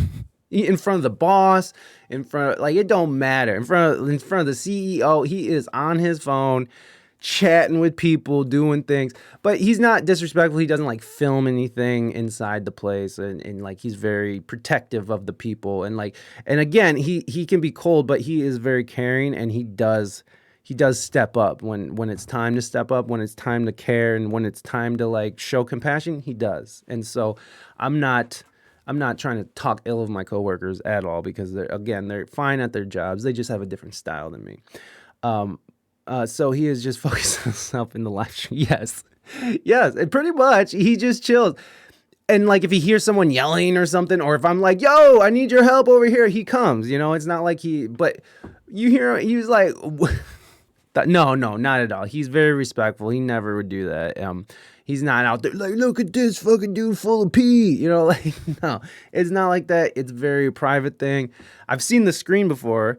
When it's just him and his face, and then if he needs to do anything, he sticks it in his pocket, and you can just hear what's going on, or he'll mute it. I don't know. We didn't get that far into it because I was like, dude, it was at the end of the night. I'm like, dude, are you live streaming right now? And he just looks at me like, and doesn't say shit, and just goes back to talking to whoever he's talking to. So I hear him say like, I'm gonna jump off, guys. My phone's about to die. And so I go out there. I was like, dude, I'm sorry. I don't mean to pry, but it's very obvious that you're doing something out here that's not just you on the phone. I was like, are you live streaming? He's like, no, man. I'm just doing BenGo. I don't know. I'm just chatting with people and I make money on it. And I'm just like, you're live streaming. I was like, it's cool. I don't care. I'm not the boss there. So I don't give a fuck if my coworkers like do whatever they want. I don't care. I'm doing my job. And as long as they can be helpful when I need them to be helpful, I don't give a fuck. I'm not the boss. That is not my job. I'm not going to tell on them. I'm not going to be snitching on my coworkers. I don't care. I don't give a shit if he's on fucking BenGo or whatever the fuck this thing is called. Do whatever you got to do. It's just make sure you're there when I need you. And he is. I've never had it. BigO. Maybe that is a live stream platform owned by Singapore-based BigO Technology, which was founded in... Oh, sweet. As of 2019, BigO is owned by Joy, Chinese company. Okay. Holy cow. 400 million users. That is what it's called. Let's look into this. BigO Live, baby. Oh, BigO TV. Look at that. That's interesting. You think Twitch will get mad that we're looking at another live stream platform on live on air? I just want to know more about this app. No, I don't want that. Gaming. Okay, so you could do gaming. Oh, okay. So it's set up just like kind of like Twitch is. Popular Live, USA, Bible study. Look at these numbers are legit. Oh, that's interesting. There's a lot of melanin on this one, huh? I did too. Why I looked up. That's interesting. Look, it looks like it's a let's read about it. I don't know what it's about. I'd love to read it because there's a lot of black folks on the cover page, and that's really awesome. That is so dope. I wonder if it's like a I don't know, pro-black type platform. But you said it was from Singapore, right? Twitch, we are now leaving you. Bye. Let's see, live. So this is who's live. Look at this. Oh, hey, what's up? Hey, bae. What's up? Uh-oh. Ooh, look at this one. Watch me work. Watch me work. Yo, dude's working. Hold on. Dude's working. Dude is working a 16-hour shift today. My coworker, he's gonna be there when I get there. What if we find his ass out of here? We start harassing. What's fun? Oh my god, I don't want to like give his name or anything, but like I want to find him. Oh my god, I wonder if he's in. This has to be like some kind of like. Look at all the. This is so cool. Look at all the black folks on here. Look at all the brown. This is amazing. Yes. It is based in Asia, and so I'm honestly surprised that there's so many POC. Many countries. Yeah, no doubt. Yeah, for sure. They can be super racist. It's super like, my race only. Daddy. Ooh, what's up, girl? Yo, this is kind of cool. Lucifer Kardashian. Hold on, let me see. I'm gonna go off this screen for a second because I'm gonna search his name. Let me just see if I can find something. We'll come back to this. Yeah, maybe, huh? Maybe regionally based. Let's see. I'm really interested in this. Not that I want to start a new streaming thing because I don't want to do that again. But this is really cool. Now you can see all kind of. Oh no, I don't want that. I want this thing to go away. Hold on. Oh, you guys can't see what I'm doing right now. Good. Get out of here. I just want to know about it. Colorists more so than racists, I think, but Asians love black people. Well, yeah, but you look at let's just say the Chinese, for example. Pretty sure that they're committing a big act of genocide and enslavement to the Uyghur Muslims. I don't know what that is, if that ain't racism. Anyways, or genocide, I suppose. Let's go into it. What is this?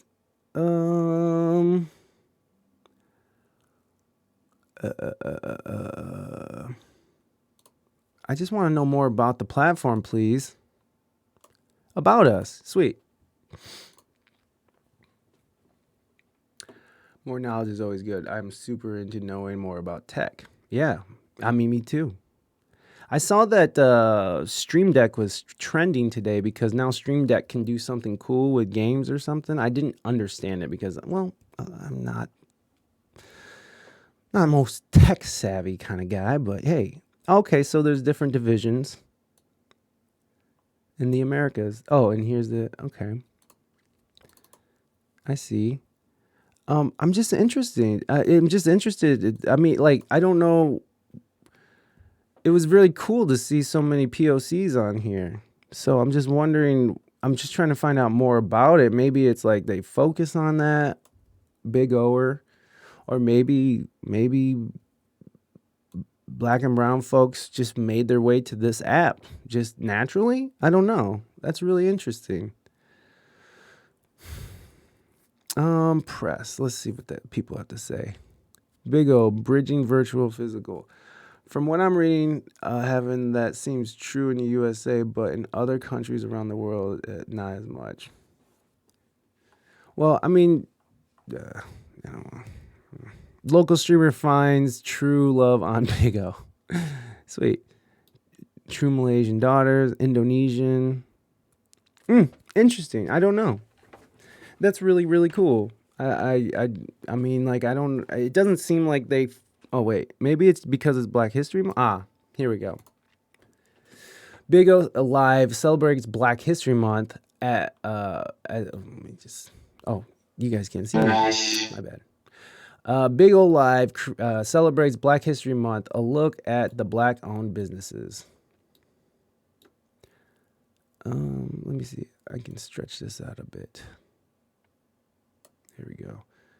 And this needs to come out a little more. Bum, bum, bum, bum, bum, bum, bum. We're going to get to music news here in just a little bit. We're just getting warmed up here, folks. February is the time when we celebrate the contributions made by Black Americans and reflect on how it has shaped society today. This year, Big O Live will be commemorating Black History Month by giving Black Americans of the present a platform to be empowered. As a platform that celebrates the contributions of Black creators all year long, Big O Live views Black History Month as an opportunity to only further amplify Black creators' voices. We kick off the month by hosting a live house live stream that featured Black creators sharing their stories, discussing pressing social issues, lifestyle, and professional best practices. Here we met Big O user Sweets, who shared her dreams of creating a nonprofit that would allow rehabilitating prisoners to reunite with their families and formulate a plan to decrease their chances of returning to prison, all in an effort to fight mass incarceration rates in the Black community. This is a shining example of how game changers in our country and the topics they want to help combat. Very cool. In addition to our live house stream at the start of the month, we have put together an exclusive 1-hour live stream show airing on Big O channel, Big Sexy Official, on February 17th. Okay, we missed that one, where we'll be showcasing Black creators who own their own businesses, hosted by Big O ID, Big Sexy, a lifestyle influencer who has been a great supporter of small Black owned businesses. This show will allow Black creators with small businesses to present their product or service and have them reviewed by Big Sexy. Well, that's cool. So maybe that's what's going on. Maybe it's a Black History Month. I would like to come back to this in March. We'll come back in March and see if it's still like that, because if it is, that's really awesome. If that's, if this is like all year round, all the time, because look at that. That's huge. That is all, like, that is 95% melanin right there, son. Which is dope. And there's some hot girls. Skeeter. His name's Skeeter. Should we I better not go into the we won't go into a half-naked ladies chat. Let's just see how it works, shall we? Let's see Be Mine. We're going to check out Be Mine, guys. Let's see how it works. Hey, at first, I had to go open the door. Second of all, I said I will be right back.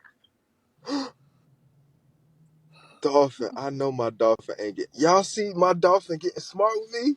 Oh, No, I'm not getting smart with you. I love you more than I get smart with you. You should know that by now.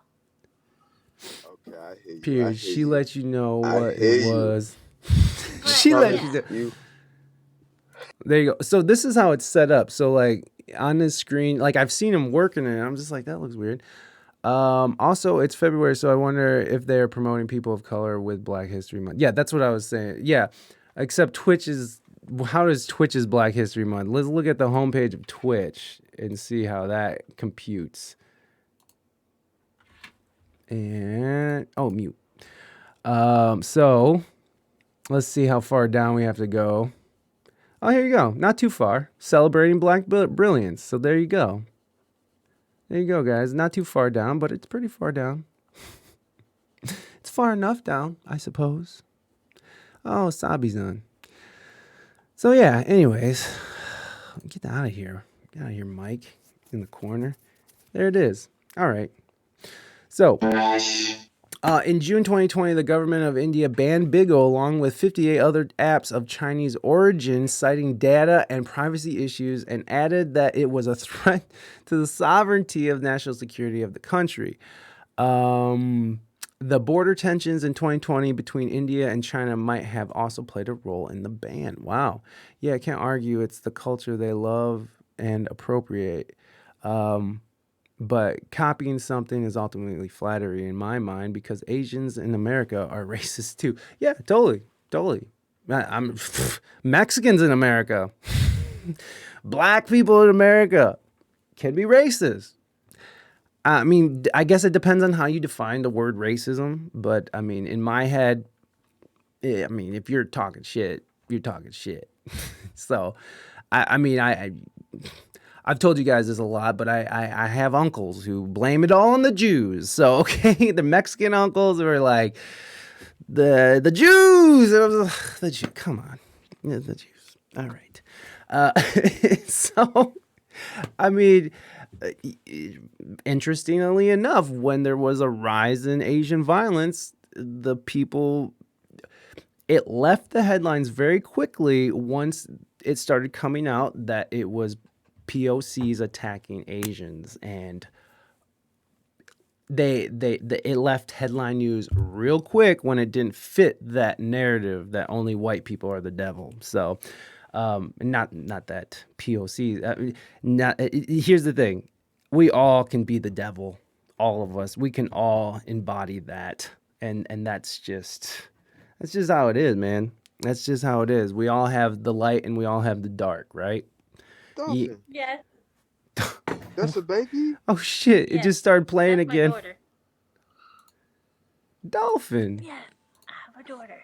Let me see. No, I can't put her on camera. I don't want you to get banned. Come on. I don't think they get. If you only call my. All right, that's enough of that.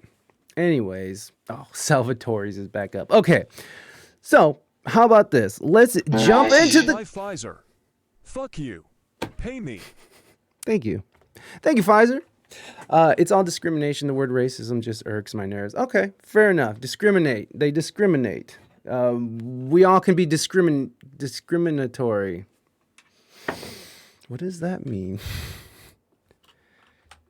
Discriminatory. It's a word, everybody. It's a word. It is a word.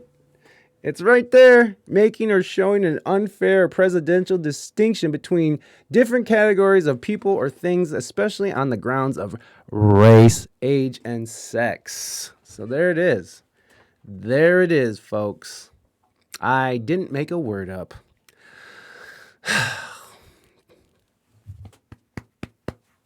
Good job, buddy. You did a good job. All right. Let's get into the news, shall we? Where should we go first? Why not? Let's just jump right into Cardi B. There's a part of me that just loves Cardi B. I love her story. I love her attitude. I like wet ass pussy. Like, it's just, what's not to like? Cardi B shares thoughts on Russia-Ukraine crisis. If I don't say the right things, I might get killed. What? Wait. What, Cardi B? Who's gonna kill you, Cardi B? What do you know? What do you know, Cardi B? Who do you know, Cardi B? What's going on, Cardi B? Let's go on over and check out what Cardi B is talking about here. This is let me pull up the article first. Let's get into it. And plus, Cardi B is hot, so attractiveness goes a long ways for me, I guess. I'll look past a lot if they're hot. Even dudes, hot dudes, I think that's just how it is, right? Just nicely symmetrical faces just resonate with us. Her real name. What's her real name? What's Cardi B's real name?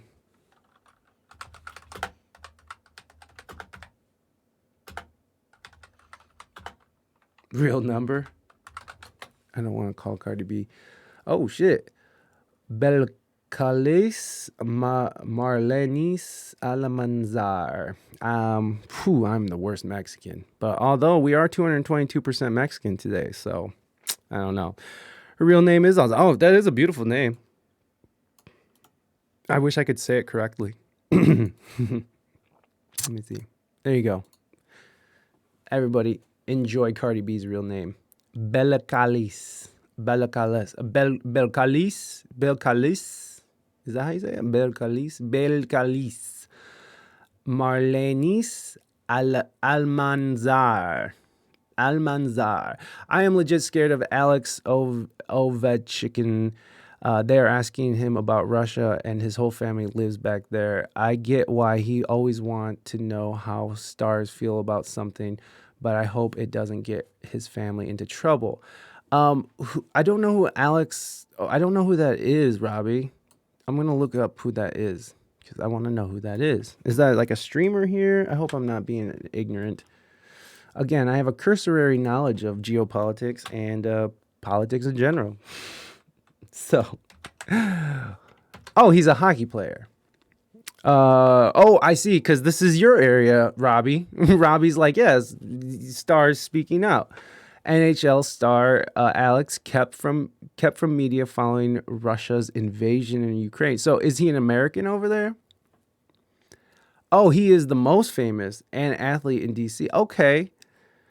Racking up points. So this is 3 hours ago. Fox News. Oh, Lord. Oh, look at this guy. He's hanging out with Putin and shit. That's tight.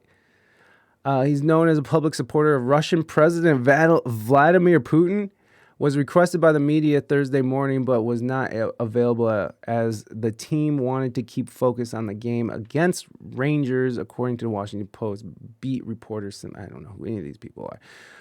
Ovechkin, I don't know how to say that right, who has played in over 100 games for the Russian national hockey team, is reportedly expected to address the situation, but wants further time. I bet. The 2018 Stanley Cup champion has been a known supporter of Putin. In 2017, he announced he was starting Putin Team. Oh, Jesus. A social movement to support Putin in the 2018 Russian elections, which I think we all know is, I don't know why they even make the illusion that this is an election, but sure. Ovechkin faced off against fellow Russian Artemy Parnirin, who previously criticized Putin and last year posted his support on social media for opposition leader, shortly after making his political views known, a Russian tabloid accused him of being an 18-year-old girl in Latvia. Wait a second. Did you guys see that tweet? I don't know if it's real, but if you're gay, invade Ukraine. I think the Ukraine Twitter put it out there. I don't know. Is that fake? He is like the most famous Russian athlete in the USA. I see. Ovechkin.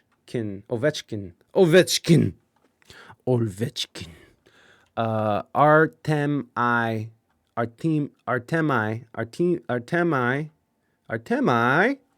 Panarin. Robbie, I'm not great at phonetics either. Yo, I am back. Morbs, what's up, girl? What's up, boo? How you doing? Okay. Let me see.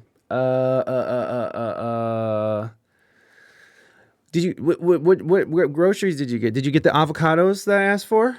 Huh?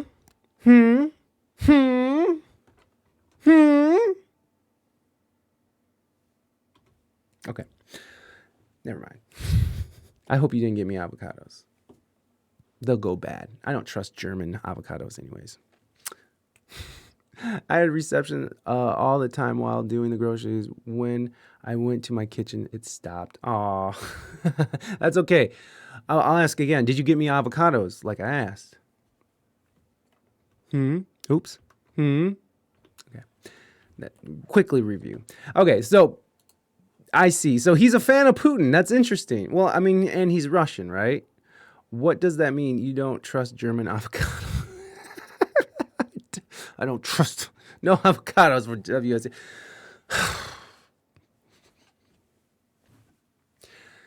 I don't know. They're not German anyways. Yeah, they're probably from Mexico, and they were probably sold to your country by a fucking a fucking cartel madman named El Hencho. And the avocado trade. Inside the bloody cartel war for Mexico's multi-billion-dollar... here it is, man. Mexican cartel. Where's El Hencho? I thought El Hencho was... Oh, El Chapo behind bars. Oh, no. El Mencho. El Mencho. Is it El Mencho? Not El Hencho. El Mencho. There he is. He's in the... Oh, I thought he ran it. Maybe it's not El Mencho. Yeah, I know the cartel controls the avocado trade, but El Mencho uses brutal methods to control the nation's avocado trade. Here it is. Inside the Jalisco New Generation cartel, who hang butchered rivals from bridges to make millions from avocados, bro. Fucking wild, yo. They're like, yeah. So down here, where is it? So in Sinaloa. Tierra Caliente and Tamaulipas. Wow. Look at all this shit. Dude, right now, I can't talk about it, but someone I really care about is in Mexico right now handling some business, and where they're at is super controlled by the cartel. So I'm like really... and that's added on top of all the things this week. Go mango all the way. You know what? No. Probably are the avocado sorts in U.S. called, yes, hate avocados. They literally are called Hass. Oh, and that means hate. Yes, you're right. Yeah, and Hass actually comes from San Diego. So, oh, that's cool. So you guys get American avocados. We're the ones who get 80% of our avocados from... yeah, so that's in San Diego, where I used to live, is where Haas is at. But we get 80% of our avocados from this area, which you can't see my mouse. I wish I had the mouse that appeared, but you can't see shit. Oh wait, you could see it. So I think it's in this area down here. You can see where I'm holding the map, and sort of in the blue area here. I think that's where it's at, right? Yeah, it's down here, and so where my person is at is in this blue area. I'm pretty sure. Anyways, but the town that they're in is just like controlled by the cartel. And so I told this person not to be walking around, watch your back, don't be fucking, and they're not. They're staying with family down there, and you know, they're just there for business and not for pleasure. So I'm really happy that, you know, they're staying, you know, keeping a low profile. Yeah, it is scary. I love this stream. We can go from hockey to avocados and dictators and cartels. Yeah, you know, it's fun. In the OBS source, you can click properties in OBS and have you show cursor. Oh, I have Streamlabs, which is, you know, crappy, but let me see, not properties, but in settings. So I wonder what it would be. So in OBS, you can, in the OBS source. Okay, so maybe it's in my sources here.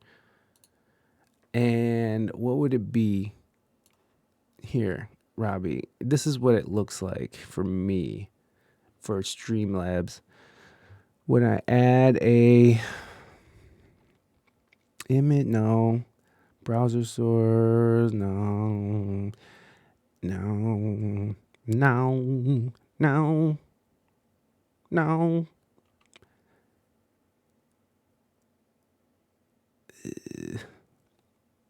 Yeah, fuck it. We'll get it next time.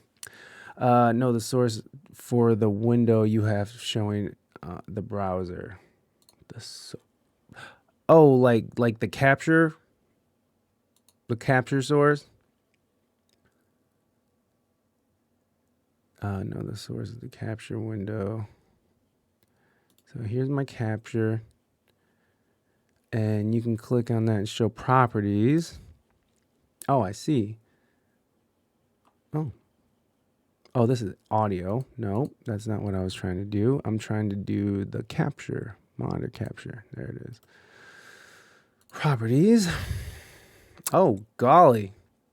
Look at. Oh, and capture cursor. Oh, Robbie. Love you, baby. Mwah, mwah, mwah. That's for you, baby boo. Look at Robbie fucking giving us the goods. Thank you, Robbie. I loved it. Anyways, cartels are crazy down there, and avocados are supposedly supposed to. Yes, thank you, Mod Pro right here. Thank you, Mod. I really appreciate you. So, you know, avocados are supposedly supposed to like go through the roof because of some shit that's going on. I don't know, like some trade shit that's going on between our countries, but I haven't seen anything about that.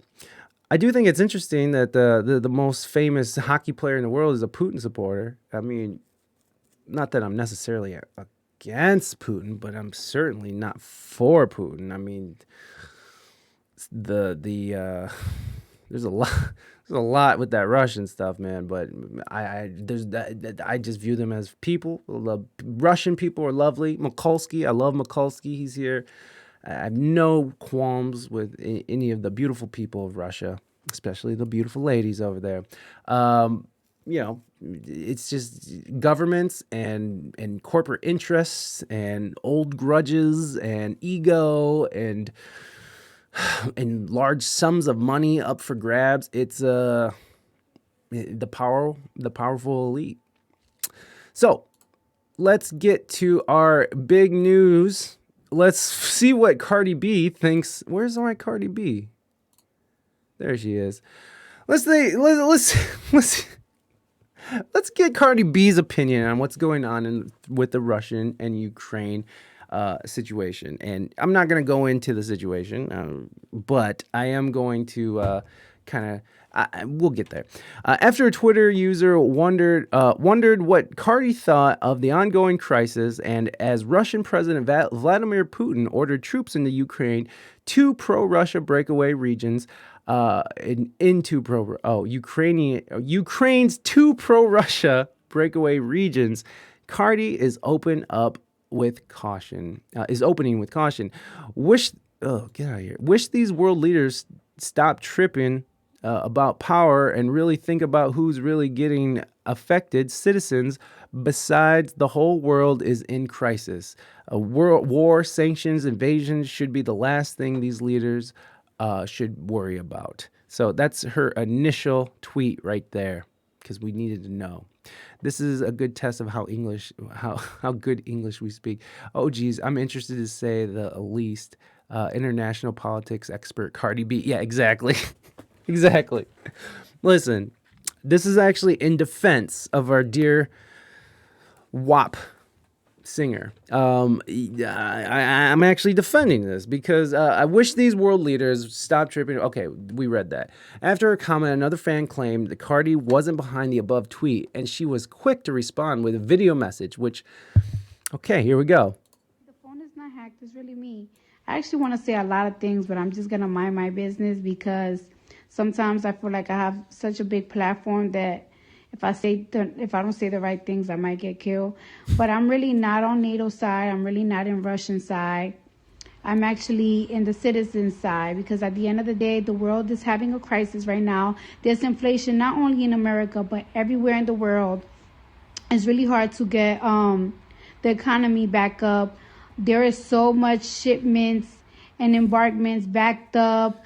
China's not really messing with us, so a lot of things are behind. A lot of goods are behind, and this shit just made it way more complicated. So I'm just really annoyed by this, and I really wish that all world leaders right now just really come with a logical conclusion, but whatever. Shipments. There's all kinds of shipments and embarkments that are backed up.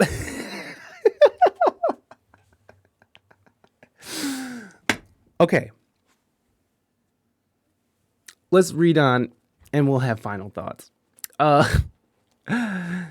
So people thought her phone was hacked because she was commenting on what she said, and of course she said this phone is not hacked. It's really me. I actually want to say a lot of things, but I'm just gonna mind my own business. Sometimes I feel like I have such a big platform that if I don't say the right things, I might get killed. Like, by the way, who's coming for Cardi? Like, is she like a CIA plan or some shit? I don't know what's going on with that. Cardi then expanded on her opinion on world leaders and sharing that she wished they had come to a logical conclusion. And we saw the video, so we're not going to read this. And then, which is weird, this article is kind of weird because then it just jumps to Biden. It just stops her quote and then jumps to Biden. Biden says he will impose sanctions in response to Putin's latest moves on Ukraine, calling it the beginning of the Russian invasion. Who in the Lord's name does Putin think gives him the right to declare new so-called countries on territory that belong to his neighbors?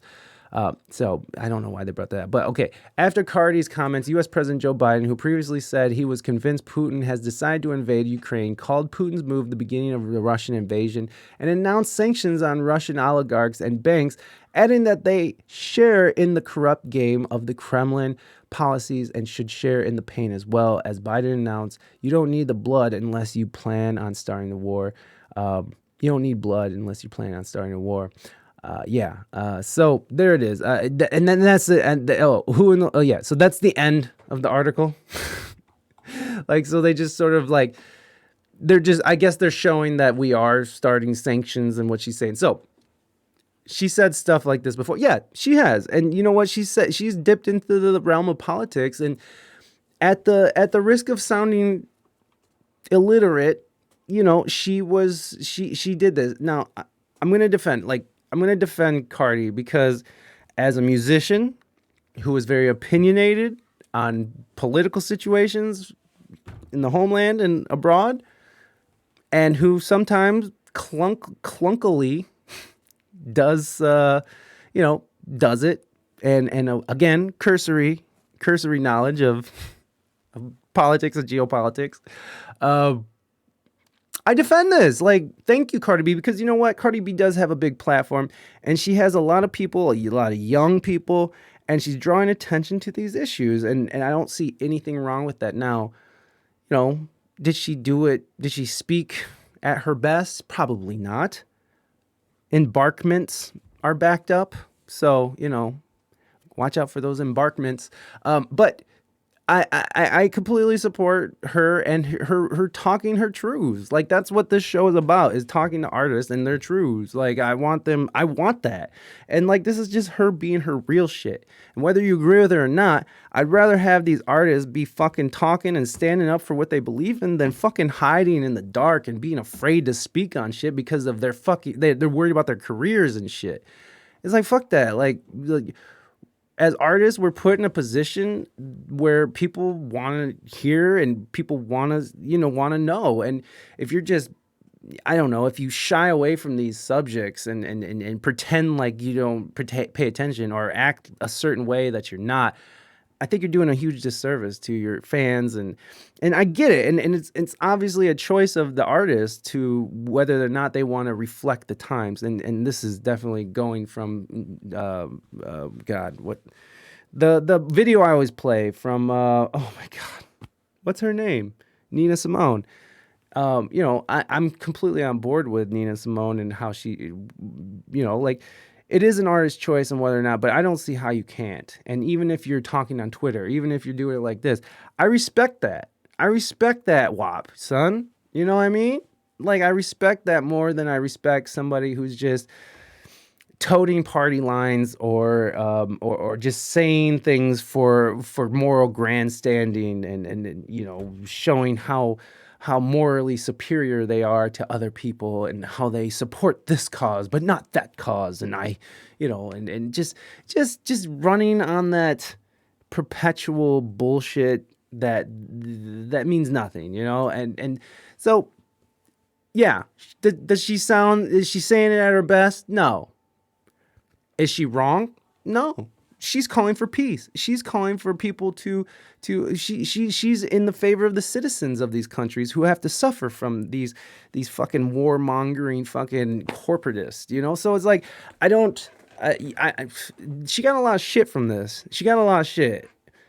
And it mostly came from the right. I will say it mostly came from the right, and which obviously they need headlines too. But you know, they're not the most solid points, but she makes fucking. It is a good point. Peace is always a good point, no matter what. And she's a musician who's doing her thing, and she's decided that she wanted to speak out on something. And that's what I'm here for. That's what I'm about. I'm here to know who these people are. How do you think? How do you really feel about shit? Because people are interested in people. In this is, people want to know how Cardi B thinks about the Russian-Ukraine crisis. So, hey, she's giving what she wants. She wanted to put it out there. More power to Cardi B. Get it, girl. I kind of like seeing Cardi B without makeup. Makes her seem more real. I agree, even though those lips are really plumped up. I don't know if those are her real lips. She has said stuff like that. Yeah, she has. She will get killed in the sense of canceled, I think, and hope. Yeah, exactly. Yeah, you're probably right, Morby. She's probably talking about getting canceled and stuff. I just really hope Putin is a Cardi B fan and will listen. Well, the right just wants to find any reason to shit on strong women. I'm not sure if that's the case, rather than, just pointing out the hypocrisies of the other side.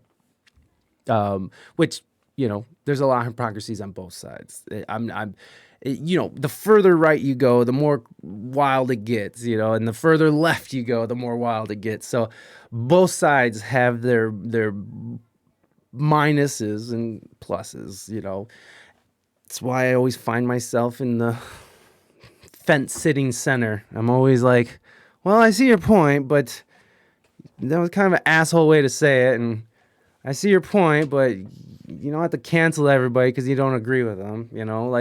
You can see points from both sides and not have to have extreme reactions is all. Well, it is now leftist not to not want war. Is it now leftist to not want war? No, actually, I see a lot of people, especially on Twitter, a lot of people who are strong leftists are like, we need interjections. We need to interject in this war. We need to protect those people. It's very interesting to see the change from, especially here in America, the change from the neocons, the neoconservatives of the mid 2000s post 9/11 era, George Bush, I'm talking about. It's really interesting to see those people sort of flip, because then, and even before that, it was like a very far right. Being right was censoring. It was censoring hip hop. It was censoring rock and roll. It was censoring all this shit. And it seems to have flipped. Now it's like, now the left wants censorship. Now the left is calling for war. When you turn on CNN, there's constantly people, which I don't watch CNN very much. I only watch CNN through different alt media who are making fun of CNN or talking shit about CNN, because CNN is fucking dog shit. Like, I was going to use a CNN article because I don't have a subscription to Rolling Stone. And so I was going to just use a CNN article. And I was like, no, I'm not going to do that. I'm going to actually go out of my way just so I don't get information from CNN, because they have been huge purveyors of misinformation. They want to call out Joe Rogan for misinformation. Jesus criminy, have they fucking dispensed just a plethora of misinformation. Getting jail baited to reading Biden by a Cardi B article. Yeah. Oh, getting debated. Oh, debated to reading. Yeah. I just really hope. Oh yeah, I've read that. Well, the right just wants to find any reason to shit on strong women. Oh, we already read this? Jesus Christ, Mike.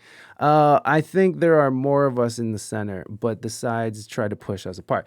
Exactly. This is by design. People want us to be fighting with each other, so we're not paying attention to the fucking insanity and ridiculous bullshit that these powerful elites are trying to pull. And now that like media and corporations and government have become sort of become one, they become sort of the holy trinity of evil, and propaganda. It's really, and social media, I should say, technocratic. I mean, dictatorship, man. It's very scary. It's very, very scary. I believe, and I have these,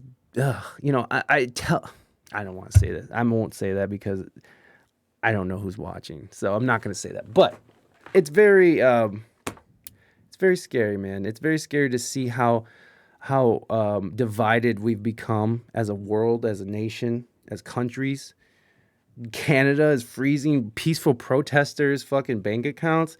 And I know, there was a picture of a guy with a Nazi flag or some shit in the Canadian protest for the truckers, but there are always going to be some fringe weirdos attached to these movements. Like BLM, Antifa, right? Antifa attached themselves to the BLM name, and then all of a sudden, fucking Antifa in the name of BLM or getting associated with the BLM, or at least being attracted by the BLM movement, fucking started smashing up buildings, firebombing fucking federal buildings and shit. So what are we talking about here? We're talking about like a dude with a Nazi flag who was covered his face and would look like pretty like they were a federal agent. I'm not going to say that they were a federal agent, but they look like a federal agent. You have one or two people waving a Nazi flag at these things and then you have all these images and on the ground images of people of children playing in bouncy houses and dancing and people honking. It was a mostly peaceful protest. And this country, I love Canada. I've spent a good amount of time up there partying and shit. And they froze people's bank accounts who were associated with this. They were leaking the names of the donors who donated to this cause. It was very insane. It was very insane. And this, again, was a very mostly peaceful protest. And then you look back a couple summers ago and the fucking world was on fire. Still is. But like literally, there's pictures of like Washington, D.C. just on fire, and all in the name of tolerance and understanding. Like, it's very strange to me. It's very strange to me. It was crazy to see the behind the scenes work at Fox News and the party politics. But do you want to walk with Nazis? But I don't think it was like a bunch of Nazis is what I'm saying. Like, I think it was just like one or two people and they were, I don't know what the story was behind it, but I don't think it was a whole bunch of Nazis. I think it was, it was a image that was propagated throughout the world on a mass level.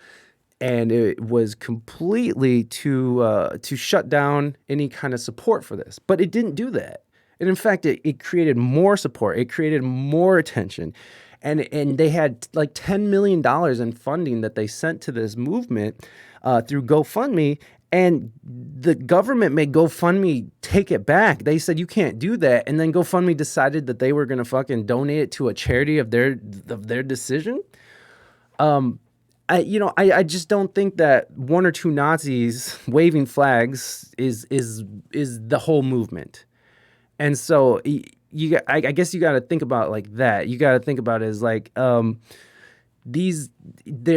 got to think about it as this. This is moving against a narrative. And what are these truckers trying to do? They don't want to be mandated. These truckers are 90% fucking vaccinated. Canada is 90% vaccinated. They don't want to be and the people who are vaccinated are standing up for people who want a choice. They don't want to be mandated to do something. And so I don't think that, having a mostly peaceful protest again, there are some fringe people that you're going to attract. I don't think it's so wrong to protest and show your expression that you have body autonomy. Like, no one should tell you what goes in or out of your body. Like, I don't think that that's how it should work. It's the same thing here with protests against corona measures. They started with worried people, but now there are like obvious neo-Nazis taking over. I don't know if I'd stay there. Yeah, Germany has some weird shit going on, man. Especially with that pipeline thing with Russia and how they're Germany's sort of holding back. And I know they said they're going to do the sanctions on the pipeline, but they're pretty energy dependent, so it's kind of weird. Yo, wait, I just saw this. Is Cardi B a replica?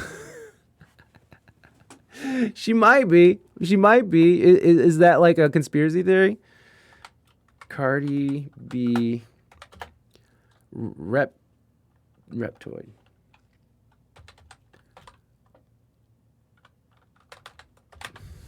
Is that a reptilian? Cardi B Cardi B's money confirms she is in the Illuminati. For various reasons, most people were shocked when rapper Cardi B released her Not Safe for Work video Friday on her new single Money. While most fans supported the video, saying it solidified her as an icon, some accused the Bronx native of being in the Illuminati. She joins the likes of Jay-Z, Beyonce, who have long been accused of being in a satanic cult. Excuse me.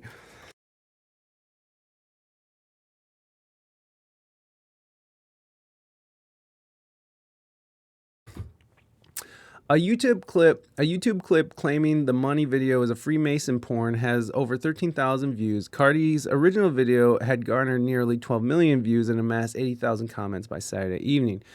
It's not the first time Cardi, whose birth name is Belcalis, I'm not going to say it anymore, has been suspected of being in the secret society, though some Nietzscheans are convinced. Cardi denied that she was part of the cult, taking to Instagram in March to set the record straight. Yeah, why not? So wait, what were you saying? Hold on. So much of it is how can I get clicks and draw attention and never know how much any of these world leaders believe anything. That's so fucked up. Our ex-chancellor fucked us over with the pipeline. Confirmed. Oh, it is confirmed. So yeah, so does that mean, Morbs, that you guys are going to be paying like, I don't know, like 15 euros per liter or something? Like, have you guys already seen it? Have you felt the effects yet? Because that,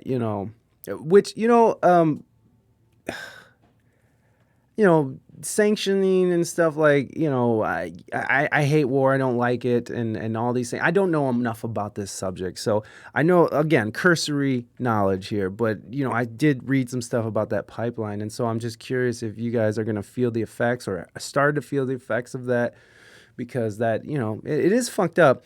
And it is fucked up that, being dependent on other people for your energy.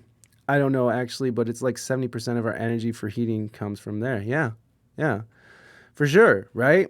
Yeah, that's what happens when you don't have your own resources like that, right? It's very interesting because here in the United States, we have a good amount of resources, but in the name of the environment, we have shut down some key, that's actually called the Keystone Pipeline. We've shut down some pipelines from making us very dependent on foreign sources of energy. So, what is it? Is it God bless those who have their own? What is it? I can't remember the thing, but yeah, I mean, it's wild. It's wild. So I hope that you guys don't feel the effects of it too badly. Hopefully you guys can sort of mitigate that sometime. Cardi B is a reptilian.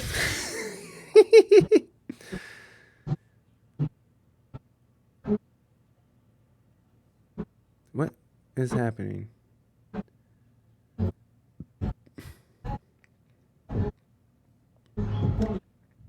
That was stupid.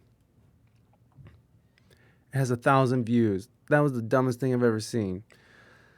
Cardi B is a reptilian. Feeling great. I feel nervous, a little bit overwhelmed. I feel a little shaky. I don't know what's wrong with me. No, but it's good. No, it's good. It's good. It's Whoa. good. It's What was that? Did you guys see that? What did she do? I feel nervous, a little bit overwhelmed. I feel a little shaky. I don't know what's wrong with me. No, but it's good. No, it's good. It's good. Whoa. It's good. You're going to get it. It's a good feeling. What was that? I feel nervous, a little bit overwhelmed. I feel a little shaky. I don't know what's wrong with me. No, but it's good. No, it's good. What's going on there, Cardi? What happened? She must be on drugs. Yeah, we could have done. We could have done so much better already, but they did those stupid gas contracts a while ago, and we're still stuck in the 2000s. 1,000 people agree with you, and yet she's being silly. Yeah, I'm sure. Yeah, Cardi B's the shit.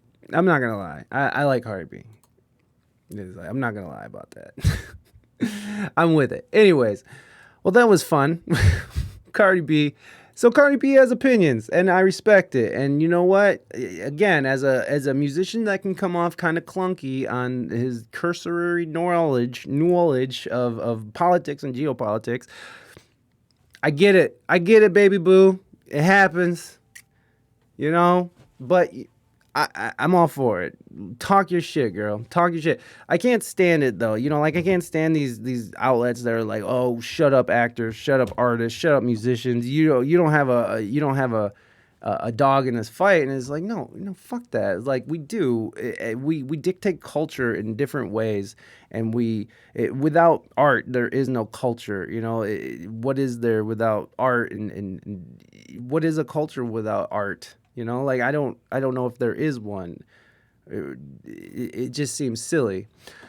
And that came out clunky too, in my opinion. Anyways, let's see what else is in the news. Well, she had to speak up. Who else is gonna come? Yeah, who's good? People are come get her. People are gonna come get her. The CIA is coming for you, Cardi B. You should don't be running your mouth no more. All right, girl. I think she looks really pretty in whatever she's wearing. I think she looks really pretty right now. That's a really nice picture. Okay. Here we go. What else is on the news? Oh, let's just get right to it. Here we go. You guys know how much I love Ye. Or Ye. Kim Kardashian. Oh, golly. What happened? Oh, that's the NDA. Okay. Kim Kardashian says Kim Kardashian says Kanye West must accept that our marital relationship is over. I very much desire to be divorced. I have asked Kanye to keep our divorce private, but he has not done so. He sure hasn't. Kardashian says in a new filing, says his IG posts have caused her emotional distress. I can't imagine. Can you imagine going through a horrible divorce with children in a very public manner with a very unstable person? Woo, that seems harsh, man. That seems really, really harsh. Let's get into this article. I'm gonna go over. Let me see. Where am I going? Actually, where are we gonna go for this? I guess we can go back over here. I think I set it up over here. So. Is it on? Let me pull it up. So since it was on Rolling Stone, I was able to screenshot the article, but it was on my phone, and I guess I'll just do it like this. We'll go over it like this. So let me see where's my NDI source. There you are, baby. What's up? Oh, that's not it. Here, we'll kill that and put on this. There it is. Here we go. We're living it. We're living our best life. All right, I'm making it big so you guys can see it too. Oh, nope. Don't do that, Mike. Don't do that. Kim Kardashian is pleading with the court to fast track her single status, saying Kanye West's recent request for a delay is bad for both sides. So Kanye West is fucking calling for delays, which is what the fuck, dude. Let's see. Well, she had this, yeah. Did you see the pics of him running around with a Kim K lookalike? No. Oh, wait, I might have seen that, actually. It's like the new girl he's dating kind of looks like a Kim, right? Hold on. Easy new girlfriend looks like Kim. Let me see. Kanye West looks like a clone of Kim. Let me see. Let's take a look, shall we? Kind of. I think Kim is has it though. I think Kim does it better. I don't know. Maybe. I don't see it that much though. Maybe he just has a type of. Maybe he just likes girls with brown hair and a big butt. You know. Does this girl have a big butt? Like, I don't know. Girlfriend Julia Fox. I like that. Like, he has a girlfriend and he's still like, I need you in my life, Kim.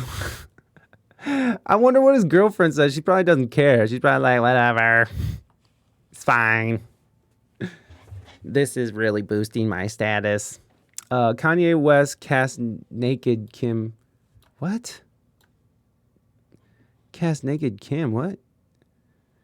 Kanye West cast naked Kim Kardashian. The whole thing with like Pete Davidson and Kid Cudi and all that shit, I think it's funny. Yeah, I'll send it in Discord. Sweet. Okay, here I go. I'm going in there right now. Discord. You can press up to edit quickly. Thank you. Oh my god, I woke up so early today. It was ridiculous. Oh, here we go. Here we go. All right, we'll come back to the article. Let's see this. Oh dang! What? Kanye out with Kim lookalike in Miami. He is wearing the ugly boots Hila mentioned too. Those are ugly ass boots, son. Wow. Are we sure that's not Kim though? I mean, a lot of people have that type. The image of you above the link. What did I do? Oh man, I'm sorry I missed it, Robbie. I didn't think the situation could get any more creepy, but here we are. The boots can get bigger. I think it's fun that all these dudes want to be horse girls all of a sudden. Man, how is that girl not bothered that she was most likely picked because she looks like his ex? I'd seriously be creeped out on both sides, her and Kim's. I'm for real. She looks like she wants to be Kim. This is as close as anyone can get to that. This is wild. Glasses are so big, could be Raina as well. Yeah, that's true. That's true. Raina could be dating Kanye right now. I don't even know it. Between mothering our child and working like 4 full-time jobs, she must have made it down to Miami for a weekend. I mean, who knows? Who knows? Well, there it is, folks. Kanye is still just in the middle of his mental psychosis breakdown and doing his thing. You know, we've seen it before, folks. We've seen it before. Poor Kanye. I love Kanye. And you know what was really interesting is I wonder how much money he's up to right now on his latest album. So Donda 2 dropped, and he only dropped it on his stem player, where he's selling them for $250 a piece. There are 3 picks. They're like in Insta. Oh wait, hold on. What do you mean? I want more picks. Where's the picks? There are 3 picks like there. Like, look at my nips. There they are. Okay, so they're not here. Oh, I see. I see what you're saying. I see. Oh my God! Hold on though. That's wild. She does. I mean, the lips and stuff, the color. I mean, even the choice of outfit like that. You're right. That's real. That's real weird. That's what I was saying. Oh, I see. Oh. Wait, hold on. I can't deal with your. I see what you're. I can't deal with your weed nips. You will deal. You will deal with my weed nips, okay? Because you don't want to see these brown babies out. I got brown nips, son. My nips and my junk got all the melanin. That's where all the Mexican went. My nips and my junk. That's all. I mean, my junk is brown. My junk is brown. I got brown junk. And you guys want to know that. That's just how it is. You want to know. Okay, so Kanye is crazy. We all know that. We love him. But he's wild. He's a wild guy. He does his thing, right? I gotta go eat pizza. Okay, no problem, Orbs. Thank you so much for hanging out and taking us to the grocery store and stuff. Enjoy your pizza, and thank you so much for being here. You're always a joy. So let's get into this article. Oh yeah, I gotta put on my NDI. So hold on, let me do that. All right, I don't want that in the background though. All right, there we go. All right, let's read through this. Let's get to the bottom of this, guys. Let's get to the bottom of this. Kim Kardashian is pleading with the court to fast track her single status, saying Kanye West's recent request for a delay is bad for both sides. In a new court filing late Wednesday, Kardashian argues West is causing her emotional distress by posting about their relationship on social media and falsely alleging he might face financial harm if their marriage is terminated ahead of a final settlement on property and custody issues. I very much desire to be divorced. I have asked Kanye to keep our divorce private, but he has not done so. Not at all, Kim. Not at all. Kardashian says in her new statement to the court obtained by Rolling Stone, Kanye has been putting a lot of misinformation regarding our private family matters and co-parenting on social media, which has created emotional distress.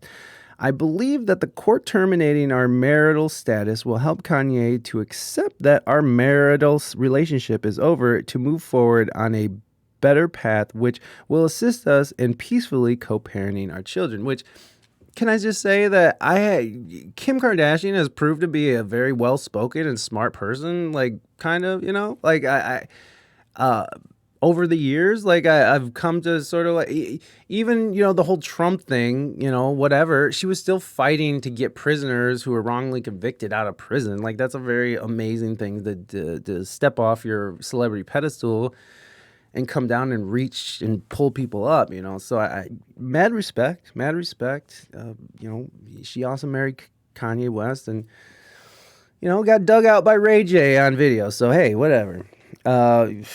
Good for her. I'm not judging.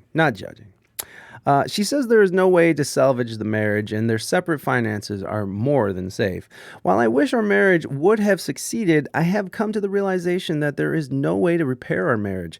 Kanye does not agree, but at least it appears that he has come to the realization that I want to end our marriage, even if he does not.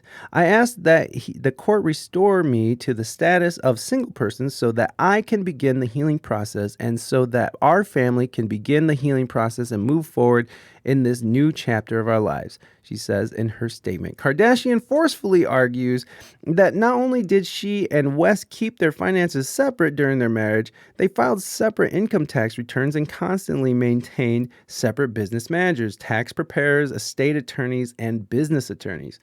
I gotta say, that's pretty smart for two people who are immensely successful and very wealthy to protect their own wealth, and they did. That was very smart. They were like, let's keep it all separate. There's no sense in entangling all these things if we have our own. They're literally their own corporate. Hey, what's up, Z? They literally their own corporation. We're doing music news and we're talking about Kanye West. Welcome in. This is basically turned into the National Enquirer, folks, or TMZ. So there you go. We're TMZ now. But we also talked about. In case you missed it, Z, we were talking about Cardi B's opinion on the Russian-Ukraine issue going on right now. We had to know. We had to know what Cardi B thought. And you know what? I agreed with most of what she said, except embarkments. I don't know what embarkments are, but hey, keep it going, baby girl. Keep it going. It is Mr. West's bitterness and unhappiness that Miss Kardashian seeks relief from. Her new filing states she and her lawyers argue both she and West are independently wealthy and will remain protected by both their ironclad prenup and divorce restraining orders once they're restored to single status. No additional conditions are necessary to protect Mr. West's property interests because there is nothing to protect. There is no community property. There are no jointly titled assets. Ms. Kardashian's assets are assets all titled in her name or in the name of her revocable and irrevocable trust and entities are her separate property as agreed by the properties in the prenuptial agreement. The same is true for Mr. West's assets. Mr. West does not deny any of this in his responsive papers. her new filing states. It was last week that West, whose legal name is now Ye, or Ye, I don't know which one it is, asked a Los Angeles County Superior Judge to deny Kardashian's pending request that she be declared legally single ahead of other final judgments in the couple's high-profile split. He claims significant problems remain and that early termination could impede negotiations and evidence gathering if a party remarries before the case is concluded. A hearing in the case. So he claims significant problems remain and that early termination could impede negotiations and evidence gathering if a party remarries before the case is concluded. Okay, so he's worried. He's worried that early termination of their marriage is gonna impede negotiations for evidence gathering if or someone getting remarried. So like, I don't know. That sounds like legal jargon for like, I miss you, Kim. Baby, come back. Oops. Baby, come back. You can put it all on me. Robbie, thank you so much, buddy. 4 months hype. 4 months. I don't have my fucking thing, man. I don't know where my iPad is, which is bothersome.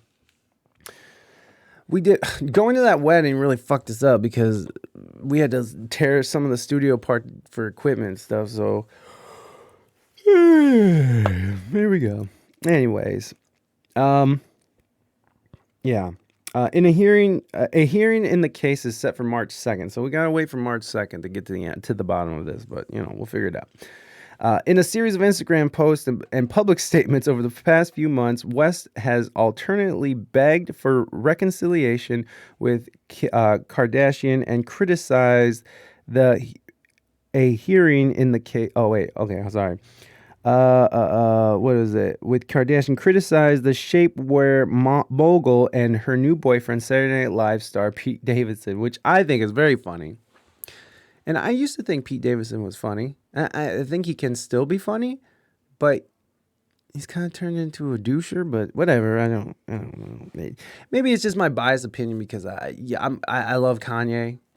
Like I loved it when Kanye jumped up and talked shit about Taylor Swift. I love that he fucking talked shit about George Bush. George Bush doesn't care about black people during Hurricane Katrina. I love that he just jumps and makes a scene, and he's just. I love that he has a mind that thinks outside normal marketing as a business person, a businessman. So there's a lot that I respect, and there's a lot that I'm just like, oh, Kanye, come on, baby. Like that whole Trump thing, that was weird, but whatever. It's Kanye West. It probably was just a way to sell more albums. You know what I mean? Probably more. So, whatever. Go Kanye West. I know a lot of people hate Kanye West, but I'm still a fan. I haven't heard Donda because I'm not paying $250 to his device and the stem. But I think it is a cool way to listen to music because what it is a stem player, and a stem is just sort of a track from a song.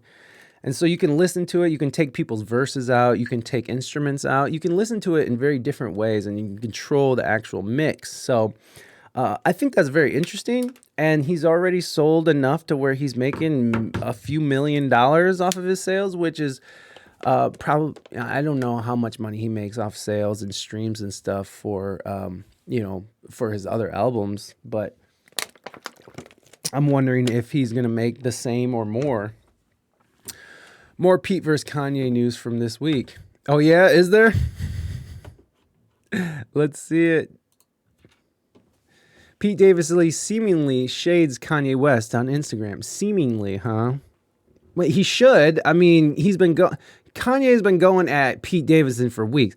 He's a comedian. Why wouldn't Pete Davidson fight? Like, he needs a shit talk. Like, comedians, they're best at shit talking. Pete Davidson seemingly took... Wait, get out of here. Pete Davidson seemingly took aim at Kanye West. Oh, sorry, you guys can't see this. Hold on, let me get you in here. Change your source again. Thank you. Thank you, Robbie. Again, thank you for that sub, buddy. I appreciate you. While he has yet to post anything to his grid, Davison, who has been dating West's estranged wife, Kim Kardashian, since October, added a link in his bio that reads to a YouTube video of fictional comedian Rupert Pupkin reciting his famous quote, better to be a king for a night than a schmuck for a lifetime. Well, now we got... Look, I figure it this way. Better to be king for a night than schmuck for a lifetime.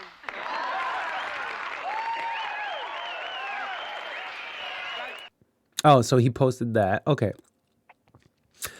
Of fictional comedian Rupert Pupkin reciting his famous quote. Okay. Fans surmised that the video was a swipe at West, and they flocked to the comment sections to commend the comedian for gracefully handling the beef with West. Stand tall, Pete. We've always loved you. Much support and loving the shade and reflection in the shades as well. Go, Pete, go.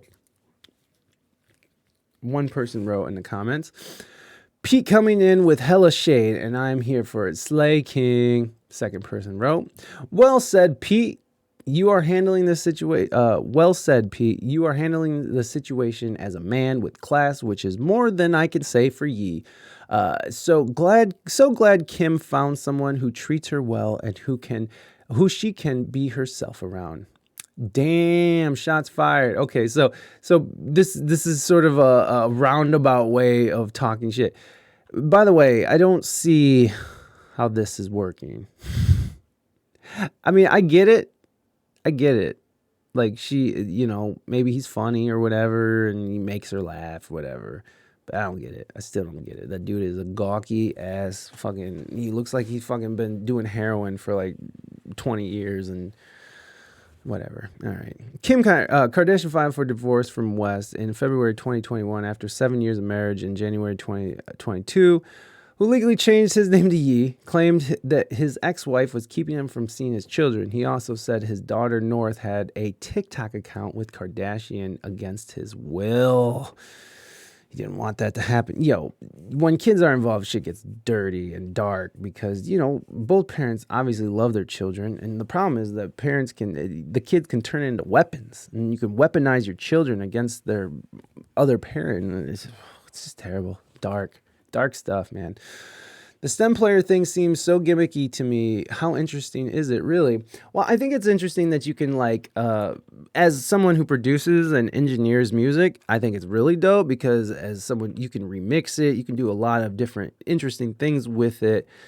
I mean, you can run it through effects and make it into something completely different. But the STEM player, do you guys remember?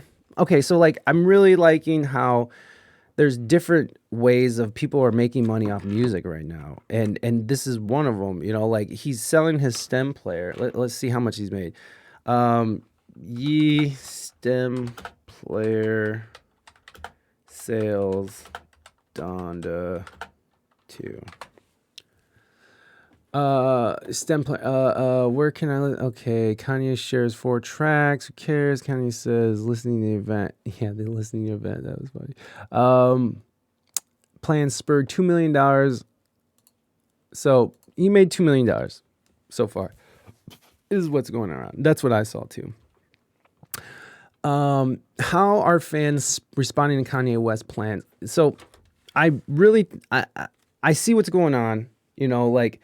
When you see companies like BlackRock, who is an investment firm who is currently buying up a lot of real estate right now and putting middle-class homeowners out into rental apartments and rental houses. And of course, this is all part of the Great Reset, and we'll all rent and we'll all own nothing and be happy about it, right? So BlackRock right now is investing in all this music and investing in all these legacy players like Neil Young. They're investing in Sting, ZZ Top, and now they've planned on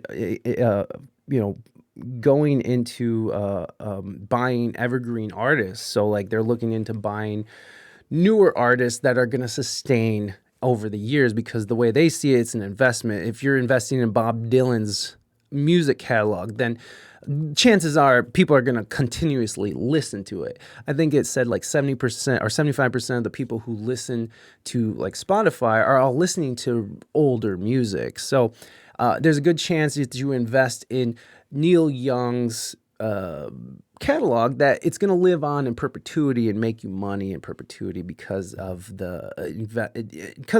it's always going to be streamed. People are always going to be listening to it because he's a legend. I love his outfits are as crazy at times as Kanye, and then Kanye made fun of Pete for shopping at the mall. He's turned into an elitist asshole. Explaining the change in a radio interview that year, the then West had said, "I believe ye is the most commonly used in the Bible, and in the Bible it means you. So I'm you, I'm us, it's us." He said his name went from Kanye, which means only one, to just yay, just being a reflection of our good, our bad, and our confused everything. See, that's beautiful, and that's I think that's really cool. I'd rather download the stems as WAV. Can you rip the stems off a little device and put them on your computer? I believe so. I believe you can do that. I mean, you can do that either way because you could just hook it. You can just hook that directly into your interface and just record directly from the fucking thing, right? So you can always rip things like that, but. So he's not Ye West. He is just Ye. Who does he think he is? Madonna? No, he thinks he's you. He thinks he's you. He thinks he's him. He thinks he's us. Okay, Robbie? I agree with you. I'd rather not buy whatever the fuck this stupid looking thing is, but how are fans responding to Kanye West's plans to only release his new album, Donda 2, on his own stem player device? Well, a fair few of them are buying one. A press release sent out on behalf of West said that the player has netted more than $2 million in revenue since the announcement on Thursday, February 17th. The stem player costs $200, so that would represent about $10K sales of the device. Or to use a relevant comparison, 0.2 of his 47.1 million listeners on Spotify. That's interesting. That is an interesting way of looking at it. West is certainly making a big bet on the player, though. The press release was headlined, Ye passes $100 million deal with Apple to release Donda 2 on stem player, although Apple has made and is unlikely to make any public statements on such an offer. West has also announced plans for a Donda 2 performance experience on February 22nd in Miami, with tickets currently starting at $95 each. So that's interesting, right? I think that is interesting. He passed up $100 million to sell 10,000 of these units. Whether or not that it comes out and it comes out in his favor, I think it's very interesting. Hey, Samo, welcome in. The ex-lord and savior of hip-hop, Kanye Yeezus West. It's a brilliant strategy. I think it's interesting. And, you know, this is what I was saying is that I think it's interesting to see these different people and different artists figure out different ways to make money off their art. You know, I'm not judging Sting for selling his catalog off to like Warner Music Group and BlackRock, you know, but I am judging Neil Young for starting all that shit just to get attention to Amazon Music because he struck a deal with Amazon Music just to take down Joe Rogan, which didn't work and only made Joe more popular. It's which I love. I love that. I love that. Cancel culture can have that sort of reverse effect. It's basically just another way to look at Nipsey Hussle selling his CDs for $100. Yeah, exactly.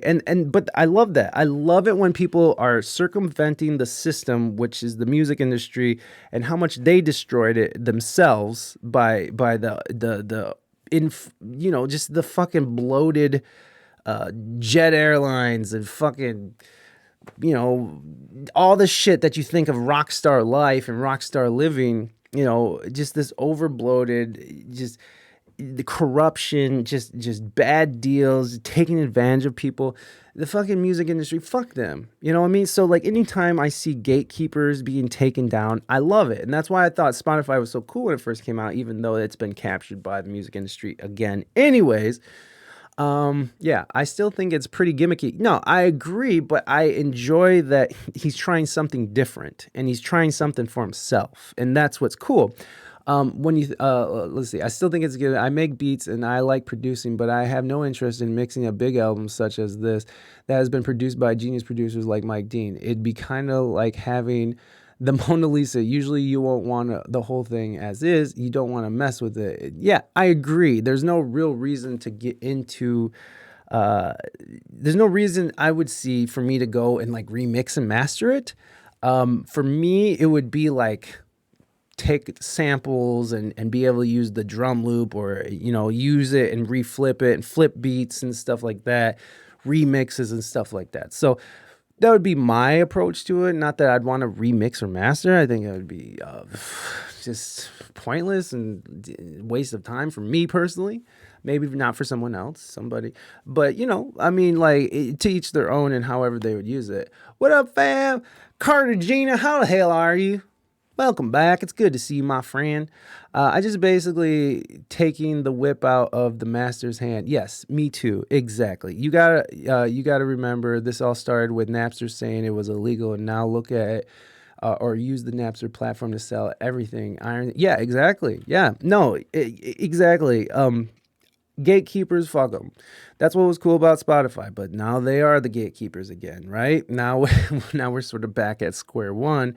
But not so much, because you can still find a way through. But the problem with Spotify is like organic growth is very difficult, and they've sort of made it so you have to sort of buy your way into these, you know, these playlists and stuff like that to get your music out there and get promoted and stuff. And also Spotify just pays terribly. I think now Tidal pays the best per stream. I think that's the deal. Tidal is the one. YouTube used to pay out pretty decently too. I think it was like a penny per stream at one point, but I don't know if that's still the same. But you know, however it works, you know, like I like to see people take it in their own hands. So, for instance, Snoop Dogg. Right? Snoop Dogg, Death Row, NFT. Snoop Dogg wants to make Death Row Records the first major record label in the metaverse. The legendary Long Beach-born rapper announced this week that Death Row will be an NFT label just days after acquiring the Los Angeles record label that launched his career. So, I mean, I love that, right? Oh yeah, what are we talking about? Fair use program, and he's probably monitoring each one of. Wait, hold on. What did I miss? Oh yeah, what are you talking about? Fair use program, and he's probably monitoring each one, so he finds a sound that he likes. It's easy for him to snip it and put it on his next album. I'm not sure. I'm sorry, I'm not getting what you're saying, Samo. The fair use program. Oh, like using samples and stuff. See, I don't know how that would work either. How do you, if all your stems are out there and you can flip it in any way you can? I mean, I know there's bots that scrub for the data that matches, you know, and that's how you get caught up. But, you know, like, is there an intention for him that he wants people to, you know, remix his music? Is that allowed? Are you allowed to use his sounds? Is it fair use to use his sounds, to use his samples, to use all his things? That's interesting. I wonder if, hold on.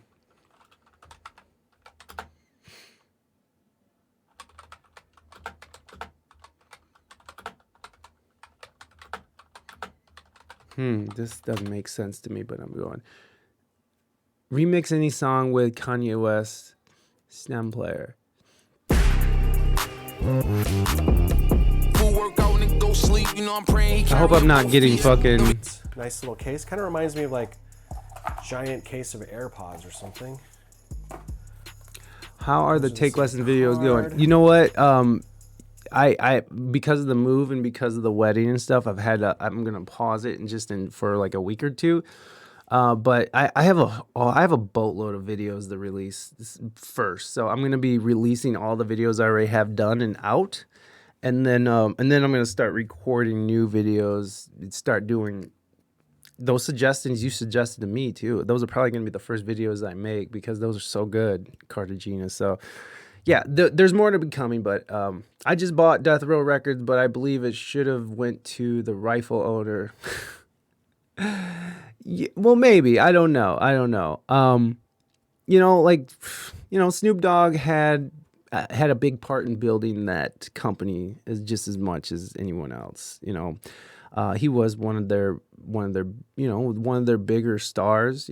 Flagship stars at one time, besides Tupac. So, I don't know. Why not? Why not the Dogfather? Why not the Dogfather? So this is interesting. So it does seem like.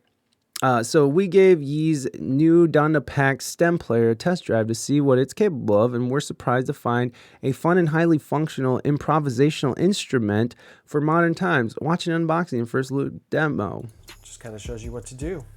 All right, and here is the player itself. Ooh, nice little case, like little magnets hold it together. Donda.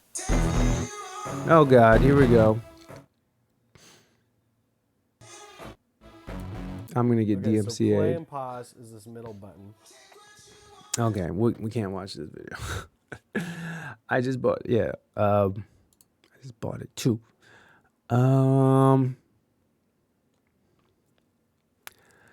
Donda's stem player let you remix any song. So yeah, you can remix it, and I'm not sure if you get fair use. Are you allowed to? His latest studio, July 23rd. We're nearing the end of August, and the album is still not. Here's the latest. Okay, $200 stem. You can customize any song from the still forthcoming album. The stem player is available for purchase on West's website. The album itself is now supposedly scheduled, blah, blah, blah. Mix it up. For a device that's basically glorified Kanye merch, the Donda stem player is surprisingly full-featured. The player's official page says the stem player can handle 4-channel lossless audio mixing, real-time loop and speed control, and tactical effects, as well as the ability to isolate any part of any song. Whoa. But any song that's made for it, I don't understand, and turn it into a custom stem. The stem player can save mixes for later sharing and playback too. The stem player hardware is pretty hot too, with the toppish soft silicone skin that covers its palm-sized body. The front of the player includes keep it for the long run. Perhaps the most interesting thing about Kanye's stem player is that it's not just Donda you can remix with it. You can throw any tracks you want on its storage drive and use its included tools to create stems from it. It supports just about every music file type you can think of. Of course, how well the player will actually accomplish what it's set out to do remains to be seen. It sounds almost too good to be true. Mixing hardware that this nice often sells for much more than a couple $100.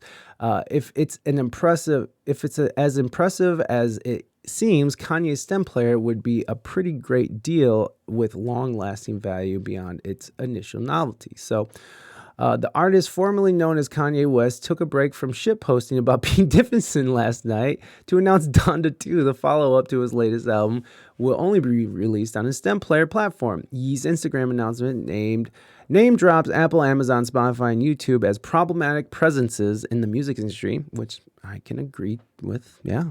Today's artists get 12% of the money the industry makes. He writes, "It's time to free music from its oppressive system. It's time to take control and build our own." West's tirades against popular streaming platforms is timely, especially when it comes to Spotify. Unfortunately, though, it probably won't be enough to force any change in the streaming industry or sell many albums at that. The what player? The stem player, which Yee first revealed the week of Donda's release, is, well, a stem player, and fairly impressive one. So yeah, I mean, it seems pretty cool. Streaming BS. Let's see what this is.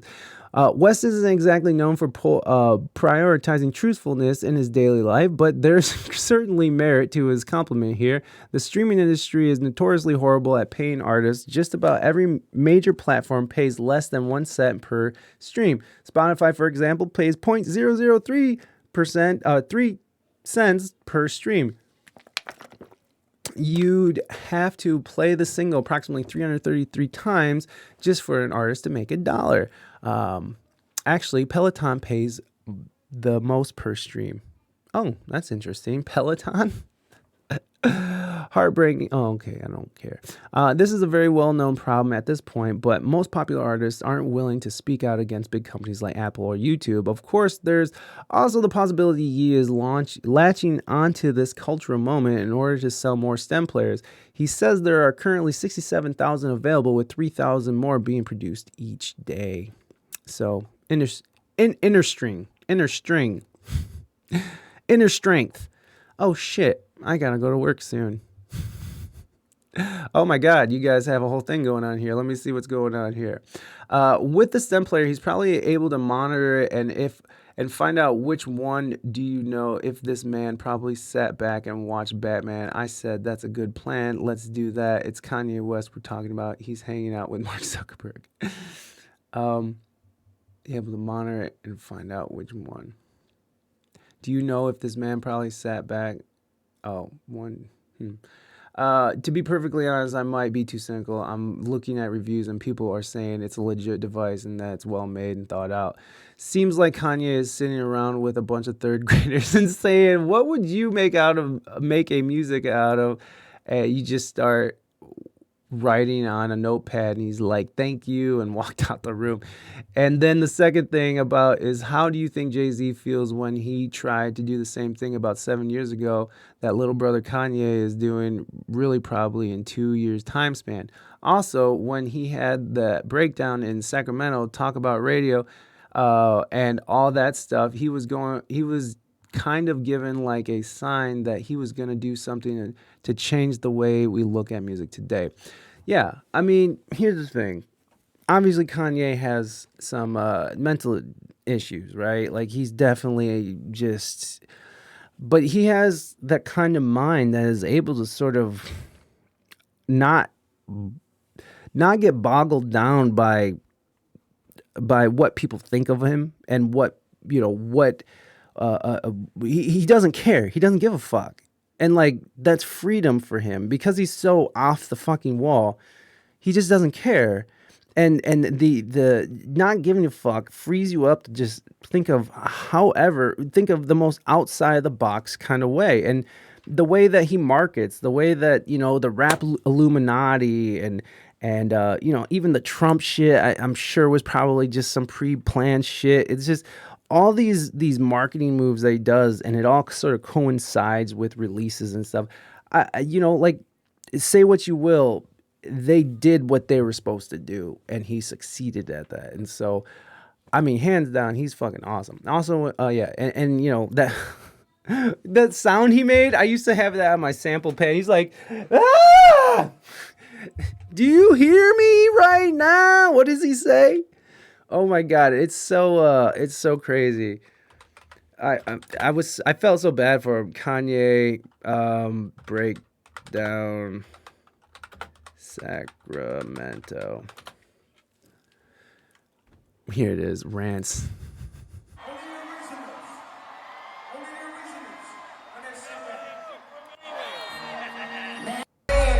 He's like, hold on. Who do y'all think? Nope. Kid motherfucking Cudi. Oh yeah, Kid Cudi comes up. I'm taking his feed they kids, and they not being allowed to play that real shit, because they think that in order to feed their kids, they gotta play the same shit over and over and over. I was raised by KRS-One. I was raised by and radio and Doc and 92.3 and everybody. Is it just me? Or did you hear that song so many times? You seen one pay it for free. Down 7 years. Slaves talk to y'all like this. This is a moment in the Matrix, bro. The vibes is back. We don't want it, Kanye. The vibes is back. Motherfuckers might feel a way about this tonight. Beyonce, I was hurt. Because I heard that you said you wouldn't perform unless you won Video of the Year over me and over How I Play. In my opinion, now go Yeah, try a poopy to diss dispute. Beyonce. I mean, didn't he get taken out on a stretcher, or didn't he go right to the mental hospital right after this? I mean, this was like a really fucked up moment for him. I remember this. And like, again, I sampled that weird sound he makes. He's like, do you hear me? Ah! He like screamed. It was really awkward. Anyways, back to sort of the idea of circumventing the music industry. I love that Snoop Dogg is doing this, and again, I'm going back to like how Warner Music Group is and BlackRock, an investment firm, is investing in all this music, and like, I don't know, like, I'm not hating on anybody. It's just weird to me, and it's just like you're selling your life's work, and you're selling it to these soulless corporations who are just looking to, extract more money out of it. So he's kind of advertising what he's going to do. He always does that. He's good at getting publicity, but you got to listen real tight when it comes to, yeah, for real. If he goes on rants like this on stage, imagine what he's like day to day. Yo, for real. I mean, did anybody watch him? I don't know. Joe Rogan, like the Joe Rogan interview. Like, he is like, there's multiple times where Joe Rogan has to sort of reel it back and just like, hold on. Because he speaks in parables and shit, and like his eye contact is wild, and he's just, I mean, I can't imagine being in a relationship with him. I can't imagine being fucking, in any kind of working relationship with him. Like, it just seems like it'd be all bad. But, I believe he's a genius, and I think that he fucking has done amazing things. So, I don't know. Maybe we're the ones who are crazy, and he's on that level. He's just crazy to us because we don't see the world like he did. Well, I guess that's how it works, right? The industry always tries to bury artists that go independent. It's hard for artists to get paid when the corporate entities always try to take control. There's a thin line between Jesus and insanity. Genius and insanity. I agree with that for sure. What was the thing? Didn't Einstein sit on a park bench even when it rained or didn't shower? Like, he had all these quirks and stuff. He needs his meds. I agree, Carter G. He probably just needs to stick to the meds, and maybe that would help. I don't know. Meds are such a weird thing because it's like, for some people it's great, and for some people it's just no bueno. Snoop Dogg wants to make Death Row Records the first major label to get into the metaverse. The legendary Long Beach-born rapper announced this week that Death Row will be an NFT label, just days after acquiring the Los Angeles record label that launched his career and put West Coast hip-hop on the worldwide map. The announcement marks Snoop's latest foray into blockchain technology, which has been quickly embraced by the music industry. We will be putting out artists through the metaverse, Snoop said on social audio app Clubhouse. Just like we broke the industry when we were first independent to be major, I want to be the first major in the metaverse. Snoop purchased Death Row Records brand last week for an undisclosed amount from the music group controlled by investment giant Blackstone. There they are again, Blackstone. And again, a reminder, Blackstone is currently buying huge swaths of land and buying out houses and pricing out the middle class. And so we own nothing, and we're happy about it. The Great Reset, World Economic Forum. Go ahead, get some. We will Snoop purchased Death Row Records, blah, blah, blah, blah. Controlled by investment giant Blackstone. The label, co-founded in 1991 by producer Andre Dr. Dre Young and executive Marion Suge Knight, helped Snoop become the mainstream star in the 1990s through albums like Dr. Dre's The Chronic, the Snoop solo debut Doggy Style, whose real name is Calvin Brodus, called Death Row Accusation extremely meaningful moment for me. On the same day Death Row deal was announced last week, Snoop released a new album, Back on Death Row, as a stash box on NFTs. Only 25,000 stash box priced at $5,000 each were available on the Gala Games blockchain platform.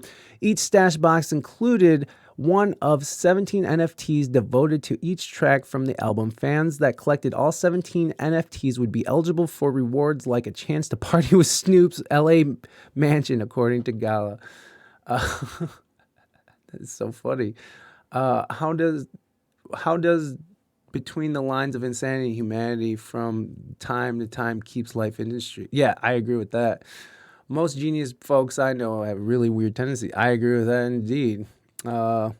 I do love a good story. He just has so many sporadic thoughts that's the problem of geniuses.